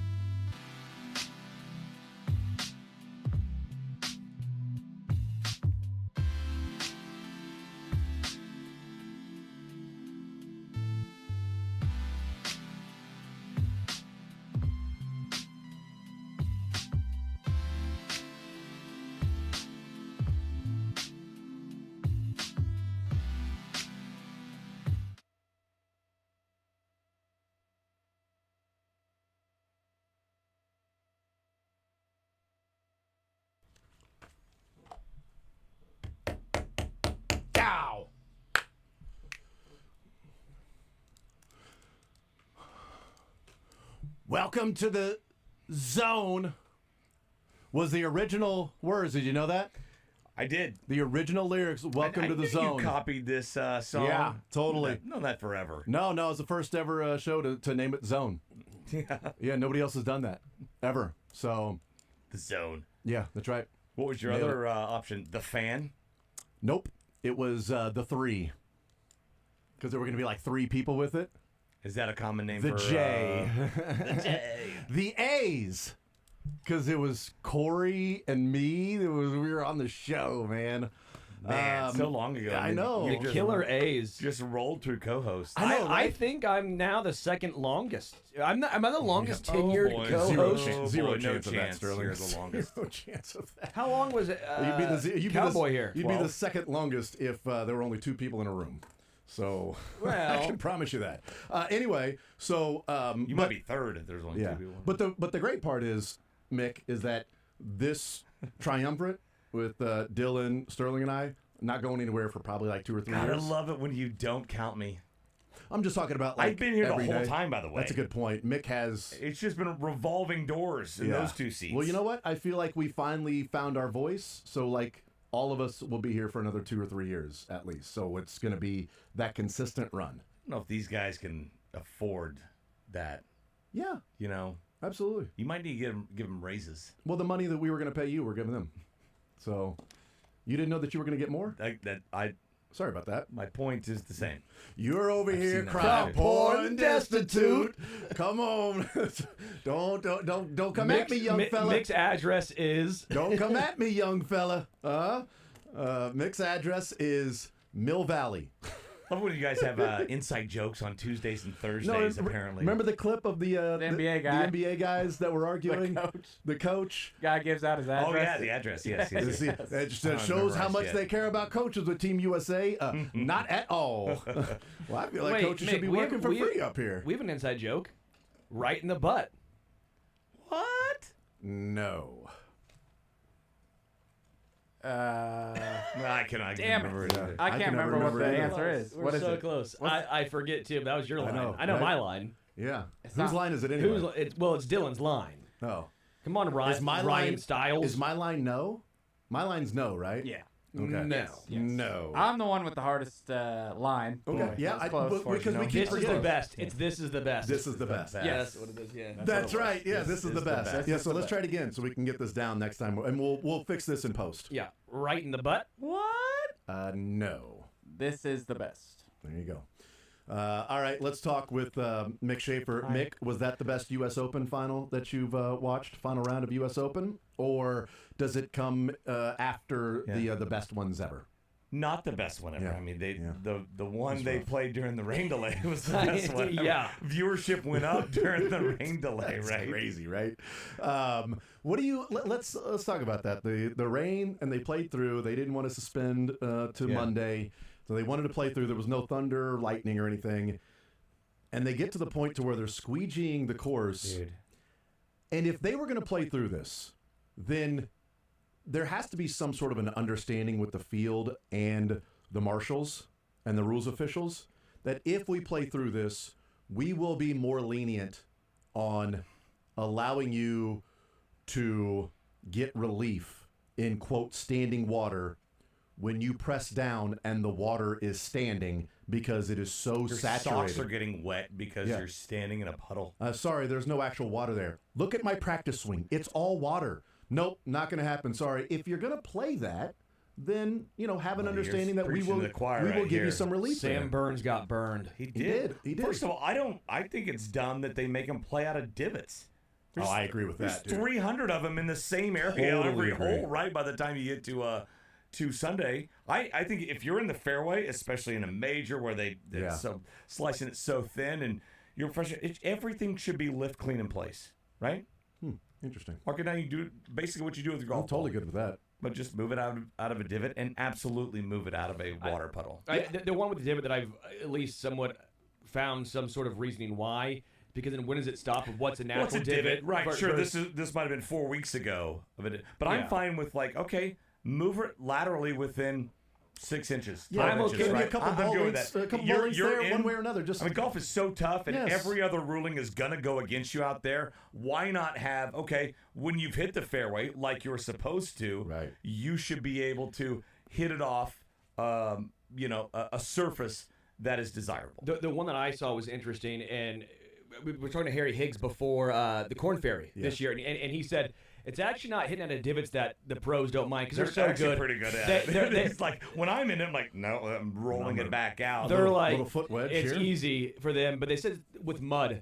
They go when you're in the fairway and your ball's covered in mud, and you go, You should be this able to- takes no skill. This hitting at a bit takes skill. When there's mud on it, you're just leaving it up to chance. It's like flying a plane with an elephant on the wing, right? I mean, So- that thing just go anywhere. So that was the one I got. That's pretty interesting concept.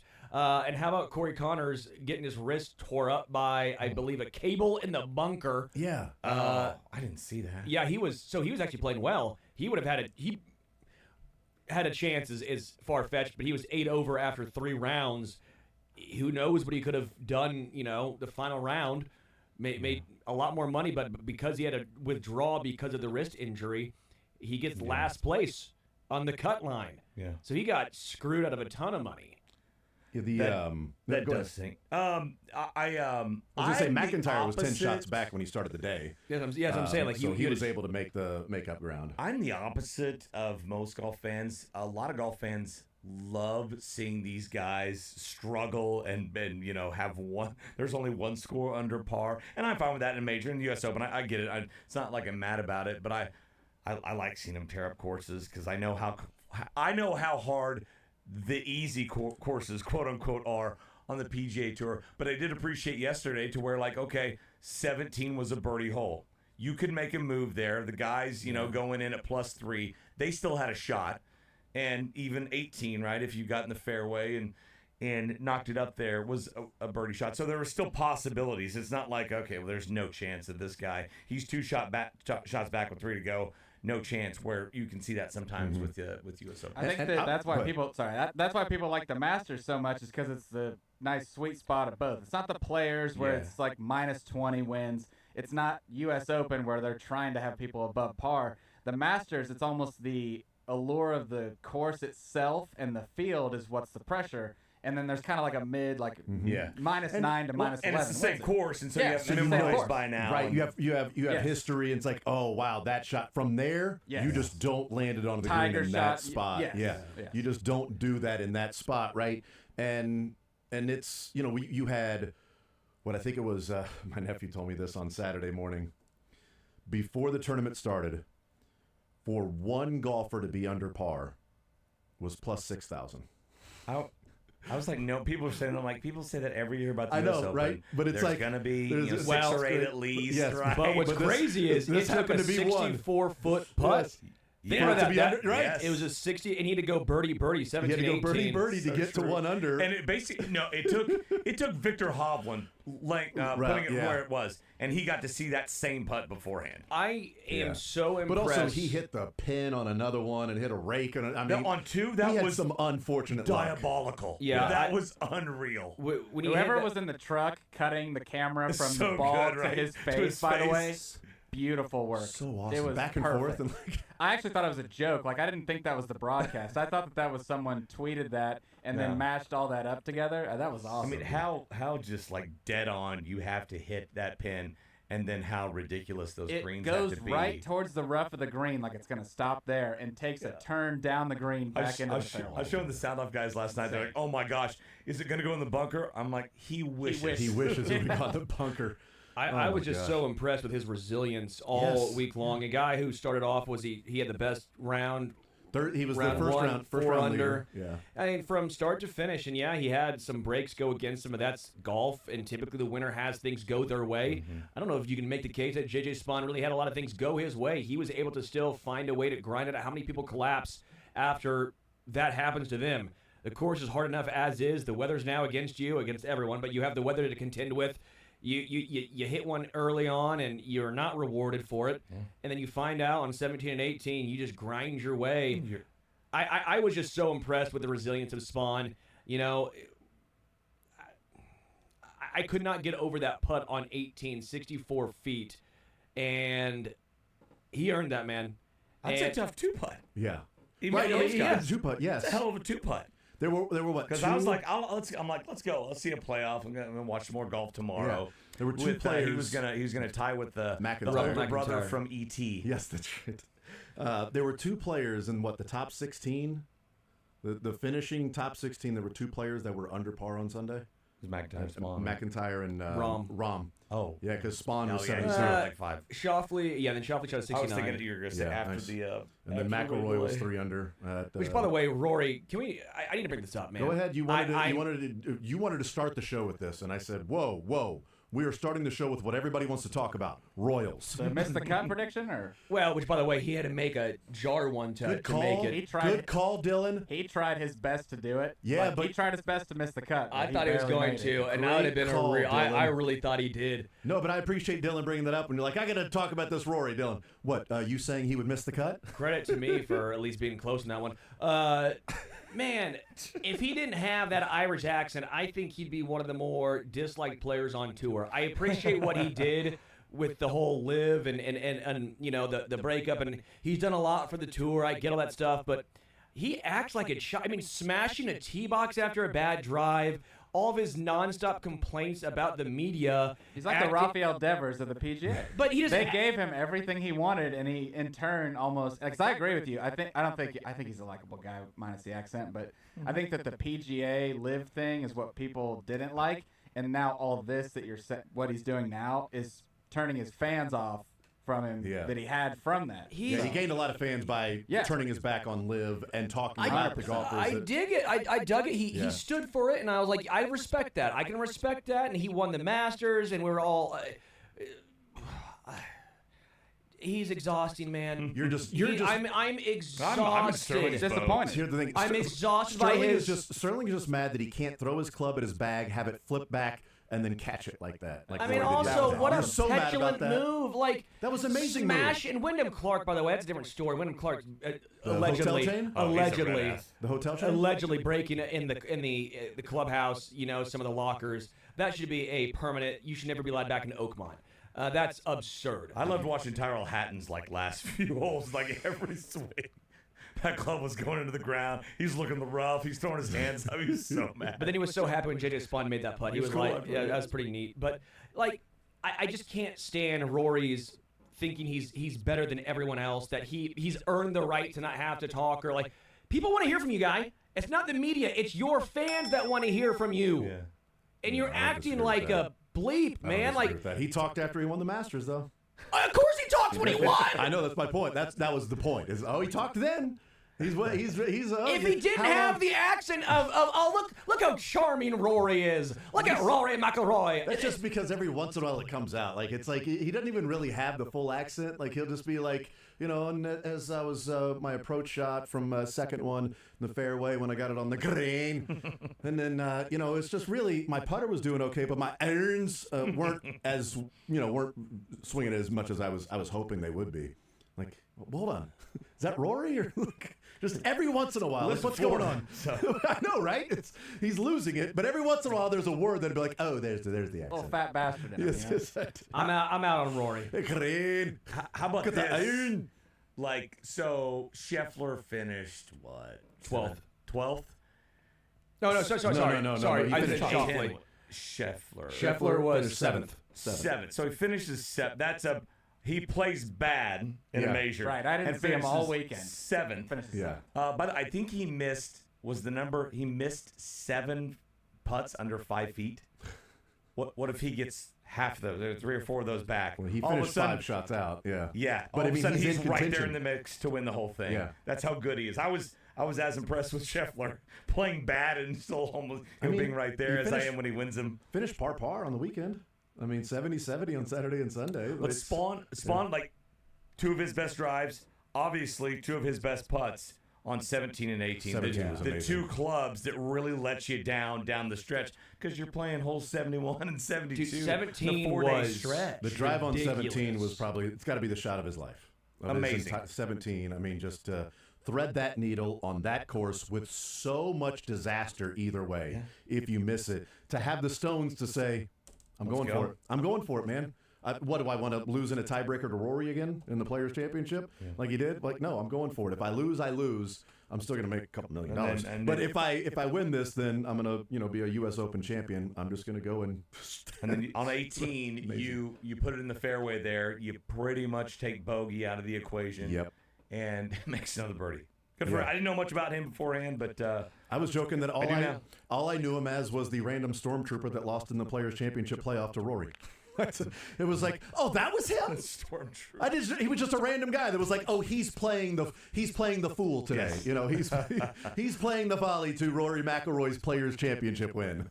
So, he lost. Some guy I didn't know of, played really well, and Rory got the win. Oh well. He's had a great year. Right. And now he's like top 10 now, or he's in the player rank. I mean, this obviously you get 750 FedEx points, but yeah. But now I wonder, like, if this is a guy, something like that going in. Like, is he a guy that then takes this confidence? It's like, look, I could have won the Players, and I did win the U.S. Open, and of course that everybody hated. It's framed now better. Right. Like, oh, you choked the Players. No, he almost won the players, and he won the U.S. Open. Right, and it's a little bit, right. And now what do you do moving forward? Are you a guy that in 2 years will be saying, oh, yeah, Spawn's in the top 10, that makes sense? Or remember that guy that year? What was the name? Two or three. What was the name of the guy with the... It was at Oakmont, Warren Spahn. It was Spahn. Yeah, it was Warren Spahn. Yeah, so Spahn. He's eighth in that. But and again, the world ranking's a little different now with Live Tour and all this stuff. It makes it a little more difficult, but still, eighth, ahead of Victor and Oberg and Matsuyama. I mean, there's some big names. Yeah. He had a great day, and he had a great back nine because the day wasn't always good. It was 5 over on the front nine. Was rough with some buzzard luck along the way there in the first. That's the crazy deal. Even for those pros, just it's a huge hurdle to get past. Yeah, I mean, Sam Burns had 2 double bogeys in like the span of like 4 holes, and was getting past it. And then he has 15. Yes, I guess 15 was the second fairway. After that point. 78 for Burns on the final day. 79 for Adam Scott. I was thinking about this too. What if the second rules official comes over and goes, "Oh no, you can move it." Fine. I want a second opinion. What did he say? I can't move it. I can't stand that guy. Jerry is an AH, and I'm tired of Jerry and his wife coming around here thinking they belong to Oakmont. Hate him. You know what? Move your ball, Burn. Hey Jerry. I gave him relief. It's funny. Everybody was in their own camp. Even the rules official they have on the broadcast, she's like, I don't think that's enough water. Every former player on the broadcast is like, that's a horrible ruling. Yes. He should not have to hit out of that. Are you kidding me? No. I mean, it's. I don't know if the water made it go that far left, but I mean. Well, it's tough because you can't move your legs. Really, is what it comes down to. Yeah, part of it's the stance. Absolutely. Yeah, the stance I think is bigger than the ball itself. Is you can't move. You're just stuck there. Yeah. But then, you're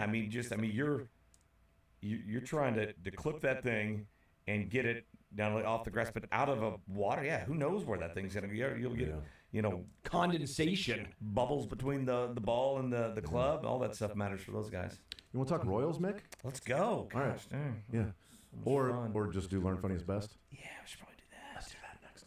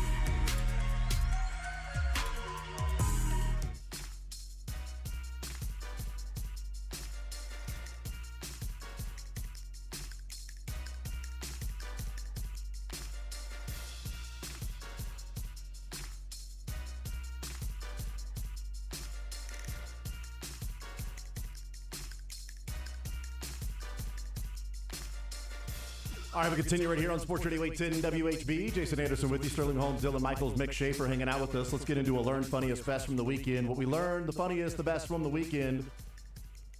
What I learned is that my son finally loves me. That's what I learned. I'd said this earlier in the show. You know, last year we played in a tournament on Father's Day, and the boys lost in the championship game, showing that they didn't actually love their fathers. And this go around, we won the championship. So for the first time in his entire life, he's proven to me that there is love for me because he played well in sports. So it's a lot like Tiger winning on Father's Day. Exact same thing. Very similar. He wouldn't give me the ring though. So I said, if you love me, then you got to put a ring on. And he didn't. He didn't even know the song. He wasn't aware. But no, what I really learned this weekend was about a fellow by the name of Philip Barbary Jr. on Saturday morning. So play got suspended on Friday at Oakmont, and he had a 8-foot par putt to make the cut. He played in the 2018 U.S. Open and missed the cut. His wife is his caddy, and he had an 8-foot par putt as play was suspended. Oh, no. So he's got to think to make about the that. cut. To make the cut. So he comes back the next morning and makes the putt to make the cut. His career earnings before this weekend were $55,000. He finished dead last, 24 over, and got $42,000. His career he made the cut though. Dead last. Right. Dead last Making the cut, but his career earnings was $55,000, and he made $42,000 this weekend. And just thinking about that on Friday night, like I've never made the cut in the U.S. Open. I've played it one time and missed the cut, and I've got to go to sleep and wake up the next morning and go out there and make an 8-foot par putt at this course. Now, you might have been able to sort What do of you think the distance of putts he was practicing were? 15 feet. That morning. Mainly. Hey, you know what? If you make this one, leave it short. You make this one, you can find go a spot on the practice screen that you that's hope the same is the same undulation as that green, and just it might have given you an advantage, but if you think about it so much and all night, and then finding out that JJ Spawn is like all of us with a father, unless that's somebody else has learned. I'll let you guys have that. No. That JJ Spawn said we have 3 learns here. Yeah, I know. Wow. JJ Spawn said his Sunday morning started at 3 a.m. He had to wake up because his daughter was puking. He had to run to CVS to get her medicine. I said, well, that's the most relatable father thing ever. Is you're getting ready to play the round of your life, and your daughter's like, I don't feel care. Like if I'm the spouse in that situation, I'll take that one. I'm going to go and do it. If my spouse is in the, leading the U.S. Open final round, I'm like, I'll run the seat. Mick learned that JJ Spawn's wife is not a good wife. That's what Mick learned, apparently. Sterling, what did you learn? I learned that apparently we're doing 3 learns now. Well, those were quick ones. You can do a longer one. You one longer one or 3 quick ones? I learned that I'm getting apparently so old that I was watching a show and they're like, so there's couples and like, what do you listen to? And the girl was like, I listen to everything. I listen to everything. I love like old music. And he's like, oh yeah, like what? Like, like early 2000s. Throwback music. It hurt. It was pain everywhere. One, she's a liar. You listen to everything early 2000s. Come on. You listen to jazz. Okay? Grow up. But early 2000s, and then it goes, oh my gosh, yes, I was just listening to Katy Perry's Teenage Dream. And I'm like, that's high school. That's not even that long ago. That's 2010. That's high school for you? Yeah, 2010. That's high school for you? 2010. I am old. Yeah, now you're making us feel old. Yeah, I had to. It made me feel better about myself. You listened to throwback songs from the mid-'90s. Yeah, exactly. I was listening to throwback the other day. I was listening to Master P. No, I'm actually a huge fan of the Baroque era. Silk the Shocker. Have you heard of that guy? Oh my! Have you heard of this guy named Twista? Oh, Too Short. Get in where you fit in. I am listening to all of the old school guys. This is so cool. Early 2000s. That's rough, man. That is rough. That one hurt. Yeah. Mick, what'd you learn? I learned that one of my favorite comedic actresses, Katherine Hahn, is also from Cleveland Heights, Ohio. What? They just breed great people there. Apparently. You know her, right? From Step Brothers. And she's an anchor man. She's a great character actor. She steals every scene she's in. So what's her name? She's had some Catherine Hahn. Catherine Hahn. You'll recognize her immediately when you see it. Yes. She's been in lots of stuff. Yeah. Oh my gosh, she is. Yeah, she's very funny. She's in commercials now. Yeah, and well, she's in the Marvel thing now. She's the witch. She's in the Chrysler commercials. She's in the Chrysler commerals. Yeah.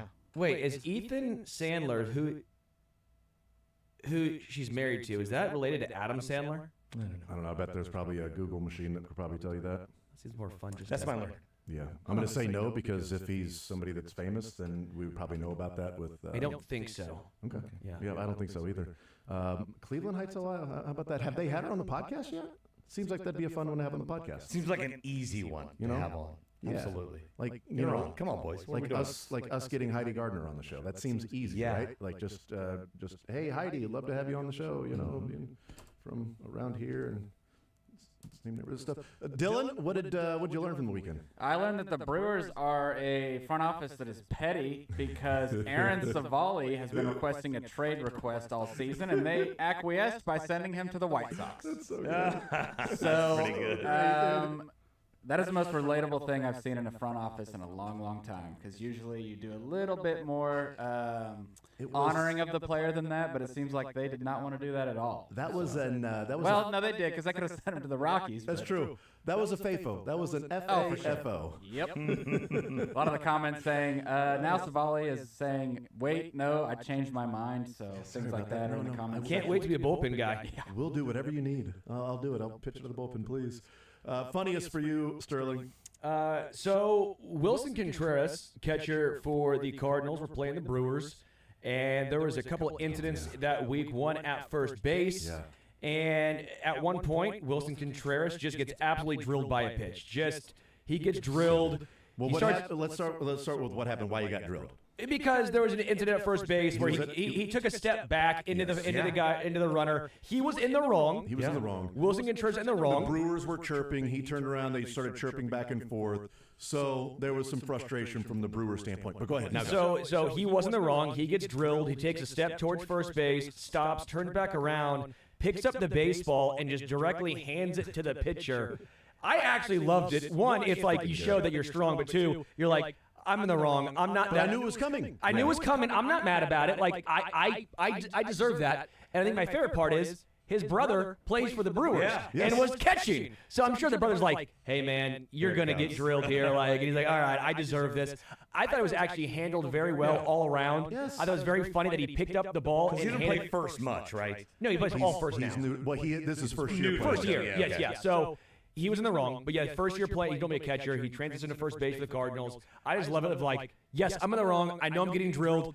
That's fine. I know a local all's okay sports here. team that should operate like that. Agreed. And I just, again, him handing the ball back to the pitcher was chef's kiss. I think they actually have an edge. I think to talking them. about the I think Mavericks. they're tough. Oh, They're the not Mavericks? soft. Oh, no, the Mavericks. Hockey, you got to police. Mavericks, they will throw the gloves off and they will go right at you. It does not. Diamond Hands. They had a guy named Diamond Hands on the roster this year. Absolutely. Yeah. I mean, you don't mess with that guy. He's going to. You actually don't mess with Diamond Hands. No, the dude's named Diamond Hand for a reason. I'm not going to mess with that guy. That was it was great. I mean, the ball hit him and bounced halfway down the third baseline, and so he had to jog over there, pick it up, and then he puts it in his glove and pats him on the back as he runs to first. Yeah. It was really good.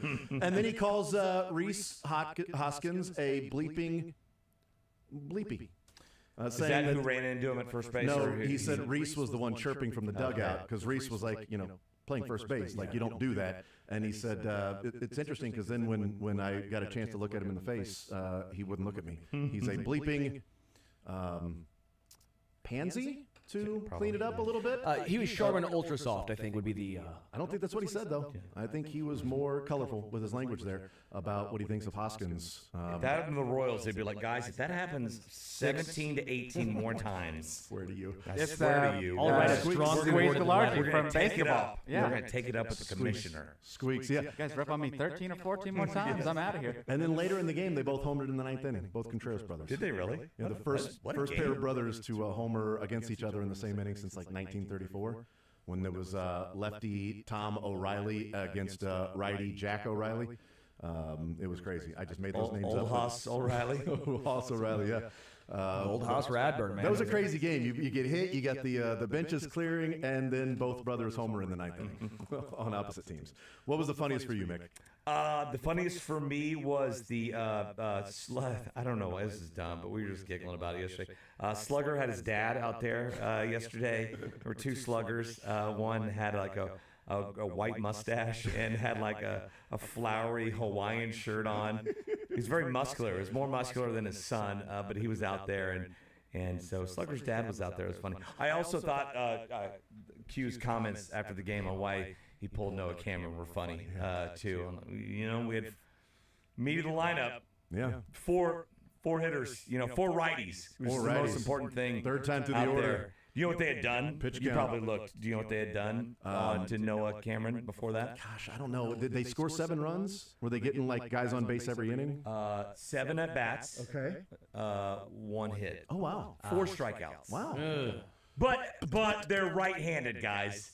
Yeah. We forgot that. By By the way, he's right-handed. it's no longer slugger. It's actually called singles now because they don't have any slugs. That's true. Yeah. So they're just called singles. It's called average. Slugger, average. Singles the mascot. Yes, Singles the mascot. Well, the underlying numbers. It's expected sluggage. Small ball the mascot. It's expected slugger, okay? Because the underlying numbers say they are getting unlucky with their slugging percentage. Their expected slugging is so good, so it's expected. It's X slugger. Funniest for you, Dylan. So I don't know if you find this funny or not, but AI is pretty impressive nowadays, and they are starting to delve into history. They have created history videos in the form of vlogs. That this one is the Trojan horse in history, so here is a example. All right, guys, we are headed to Troy right now. We've been trying for 10 years, and we still can't get in. I'll let you guys know if anything happens. The entire time is a selfie quick video. update. The Trojans seriously locked it down. We're going to regroup, figure something out. I'm going to see if there's another way we can get in. So I've been thinking it through. I was thinking if we hide in something and tell them it's a gift, they'll let us in. The only thing I have to figure out is what that something is. All right, little sneak peek. Look at this beast. You guys have been at it all night, putting in work. I think it's going to turn out real nice. Right, boys? Yeah! Okay, this might be the last update before we try it. We go in tomorrow night. I've run it through in my head 100 times. It should work. Wish us luck. All right, guys, we're officially inside. They're wheeling us through the gates right now. Once it's dark, we move. I'll try to film more later. Okay, guys, the plan actually worked. We're inside Troy right now. The city's on fire. It's absolute chaos. I'll explain everything later, Edson. We gotta move. Yeah, we pulled it off. After 10 years, it's finally over. Huge thanks to the squad, my family, and everyone who believed in us. All right, that's it. We're finally heading home. If you liked it, make sure to drop a like, hit that subscribe, and I'll catch you guys. That's pretty good. The subscribe, like it. It's even better visually. If you want to see it, it's history visualized by AI on YouTube. All right. So, more to come, I'm No sure. way that worked, by the way. And how big would that thing have to be to get the amount of soldiers The inside army. the An city army. that you need? Big horse. It's a very big horse. How big also was Are they the standing on gate? each other's shoulders too? How Inside big was the legs? gate? It's a pretty big gate. To fit the horse? This is a big gate. Do you think that's what like France was doing when they gave us the Statue of Liberty? Do you think there's a bunch of dead Frenchmen in there that just couldn't get out? Oui, oui. Yeah, no, your wee wee is my Everything face. was welded shut. Like, this was not great thought. We did not think this through. We thought it was paper mache. Yeah. I got to go, wee wee. Please, somebody. My funniest is a video that came across my timeline. This is like a carnival or like a Santa Caligon days or like one of those city little things that you have. Yeah, Santa Caligon. You know what I mean? Cole Younger days and Lisa, things like that. And apparently this guy does this a number of different times, but he approaches a cop. He's got his daughter with him, and this is what it sounded like. Hey, I just found a bag of meth back there. What is it? A bag of meth. Where at? Yeah, on the sidewalk back there. Can I like turn it in? Is it still over there? No, I've got it. Yeah. Yeah, I'm gonna give it to you. I wasn't sure what it was. I hadn't really done anything since college, but I did a little bit, and sure enough, that's what it was. Ziploc bag, flashcards of math. What's the matter? Oh, that's hard to do. Yeah, that's what I was saying. She did a little too. It's like 9 plus 0 and 6 plus 5 I'm sure flashcards cops of math.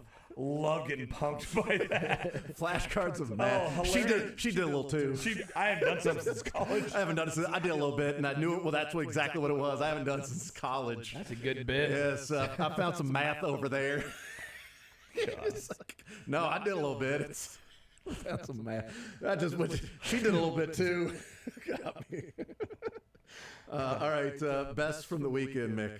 My best was got the Father's Day gifts, got a shirt and a Can Jam. We're gonna take some Can Jam on the road. Can Jam's fun. It's fun. pretty bad at it. Yeah. Are you good at? I Are need you some not good at bags. I need bags. jamming can? No, I've never Have been you good played at can jamming. jam, Sterling? Yeah, I like can jam. I did a little bit in college. That was the last time. A lot of jamming can. She tried a little bit too. Yeah. I've been done since college. Nick Jacobs got me a Father's Day gift. I know what it is. I saw it on the Twitter. And you've watched it, right? I've not seen nor I heard. didn't watch it. It's No. so it is. I haven't You haven't watched seen it. Severance? Oh no, I thought there was a video that accompanied it. I saw the picture. No, the picture. So he got me a desktop picture of the 4 workers at on Severance. If you've seen the show, it's a big thing. And so he's like, opened up the back of it. I'm like, there's no way, no chance. So in the show, there is a map of the floor they're working on in the back. And sure enough, there's a map of the floor, the exact map. So he bottom line, but I'm like, this is the best Father's Day gift I've ever Was that gotten. like a And I don't think I'm movie your quality like souvenir almost? It was a movie that's quality. There's a kick-ass. site where you can go and get. It's okay stuff that mine's like not movie quality. This was. That's exactly Speaking of what I Catherine thought. Hahn. Yes. Yes. It's okay that mine's not movie quality. No, that's a pretty legit gift. That is awesome. I saw that. It was awesome. Have you seen Severance, Sterling?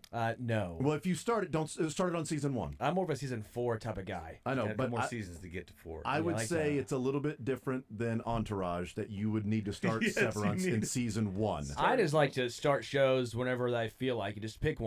Don't start Pick no a show, season. won't be no show. That's what they say. Dylan, best for you? Best for me was JJ Spawn hitting that first putt, and Oh, yeah. hopefully years to come is the call on that. I don't have the audio, but the guy saying he's going to need 2 here to win the U.S. Open, and he says, "How about one?" about and then one? lets it And he breathe. laid out. It's Dan. Yeah, I didn't know the name of the man. guy, but it was Oh, perfect. it's Hannah Storm's husband. Dan Storm. Dan Storm. Dan Storm. Yeah, Dana Storm. it won't be yes sir or any of those, my but God. hopefully it'll Yes, be up there, sir. man. It was Yeah. pretty good. And also, how about McIntyre? Yeah, Like that what- as well. Like that didn't even seem like, oh, I'm gonna try to be nice. That was like legit clapping. Like, wow. You almost look at saw that when guy. they cut away from that shot, him kind of put his hands up like, hey, if he's going to make that. What are you Dan gonna Hicks. do, man? It's Dan Hicks. Plus, once he got on the green, he's probably like, man, he's gonna 2-putt for it. Like, I'm really hoping for a miracle here. Honestly, it probably feels better to where like I lost my 2 strokes. I'm not Sure. worried about this 1 stroke here Yes. or there. It's Yeah. 2, Right. and at that level, 2 strokes is the difference in $1 million a lot of times, Yeah. and so you can't beat yourself up. But 1, maybe he could. Yeah, you'd be thinking about that. If this would have gone right, you're right. And also a 66-foot putt as well. It's not like the guy had like a great lie 2 feet from it. I you know. think I'd rather have that happen than he puts it within like 9 feet. Like it's not a great And first then putt, has 9 to feet, make it and to- then it gets there, and then it like Yeah. rolls around the cup and goes in. That would hurt. That one would hurt, and you'd be thinking about that a lot. My best is, well, I mean, I've mentioned a few times, my best is Father's Day yesterday. The Prospects getting another ring and a championship, and You can't have the same thing for both a learned and a best. Well, it was I one thought of- the no, no, no, word- the I thought learned- rules the- were no, the- established. the I thought we learned- had Just because he rules. had 2 other learns, I don't Yeah. think no, that the matters. I'm learned, with you, Mick. the learned was that I learned that he loved me. The best was just the day. The best was just the day, and It's learned funniest best, not learned funniest learned. well, I learned that the guy had a bag of math at the little festival. Segment's called LLLFB. LLLFB, whatever you want to be, man. Do what you want to do. It's pretty much just ever flowing. It's fluid. It's the shape of water is what we are here for this segment. So, no, it was a great day, and it was nice beating the team that we beat and their coaches and fans. Sterling, go ahead. The couple that bought our bucket at Maloney's. We were just sitting there watching hockey. Me and my brother-in-law were just sitting there watching the game. This couple next to us, they're getting ready to leave. We just kind of said hi, said bye, and they said, "We bought your bucket." And I was like, "That is so kind of you, bucket of beers." I was like, "Yeah, you guys are very, very kind." They go, "Yeah, we just like paying it forward," and I felt bad I didn't pay it forward for someone else. No way he paid it forward. I forgot about that until just now. Just this part about me not paying it forward. I was gonna ask, like, there's no way that you actually bought somebody But it else's was beer. so kind of them, and they're doing a thing where they go around the city trying every single bar that has a deck. Sterling gets that free coffee at Starbucks and is like, man, that's a nice gentleman. And just drives right. Sterling goes to the drive-thru. 55 coffee, 55 You know burgers, the car 55 behind me? No, the car behind me? They're going to pay for mine. Okay. No, Sterling's the guy that goes to the drive-thru that they're like, hey, the car in front of you paid yours, they're doing this, keeping it going. Oh, thanks. Hey, I admitted it that I apologize that I forgot, but it was great, and so I appreciate that couple at Maloney's. Yeah, my buddy had an ex-wife that tried a lot of decks.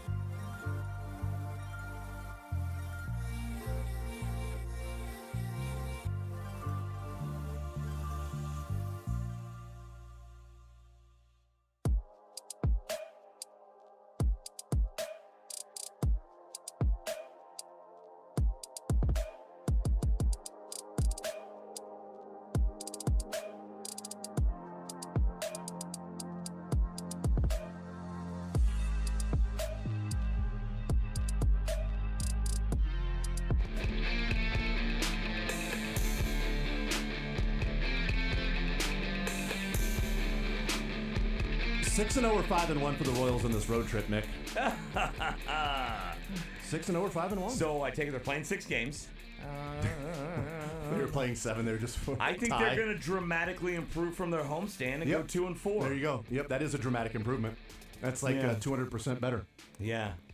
And nicer weather there. They could pop for Beautiful 3 runs a game, I bet. Oof, man. If they do that, Katie bar the door. You know what I mean? They're 29th in runs. Is The that- Pirates are right behind them on their tail. They're right there. They're just scratching and clawing and getting that. 46 home runs this year. Is that a lot? Where's that place them? 46? Last. 46, actually. Not even By close, 4, probably. actually, yeah. Yeah, To 29 is Pirates 4th. again, or- Yes, yes. Pirates again. Yeah, but it's it's their stadium that they're playing in. That's it. You know, that's Everyone else gets them out. Well, why are you bringing up that?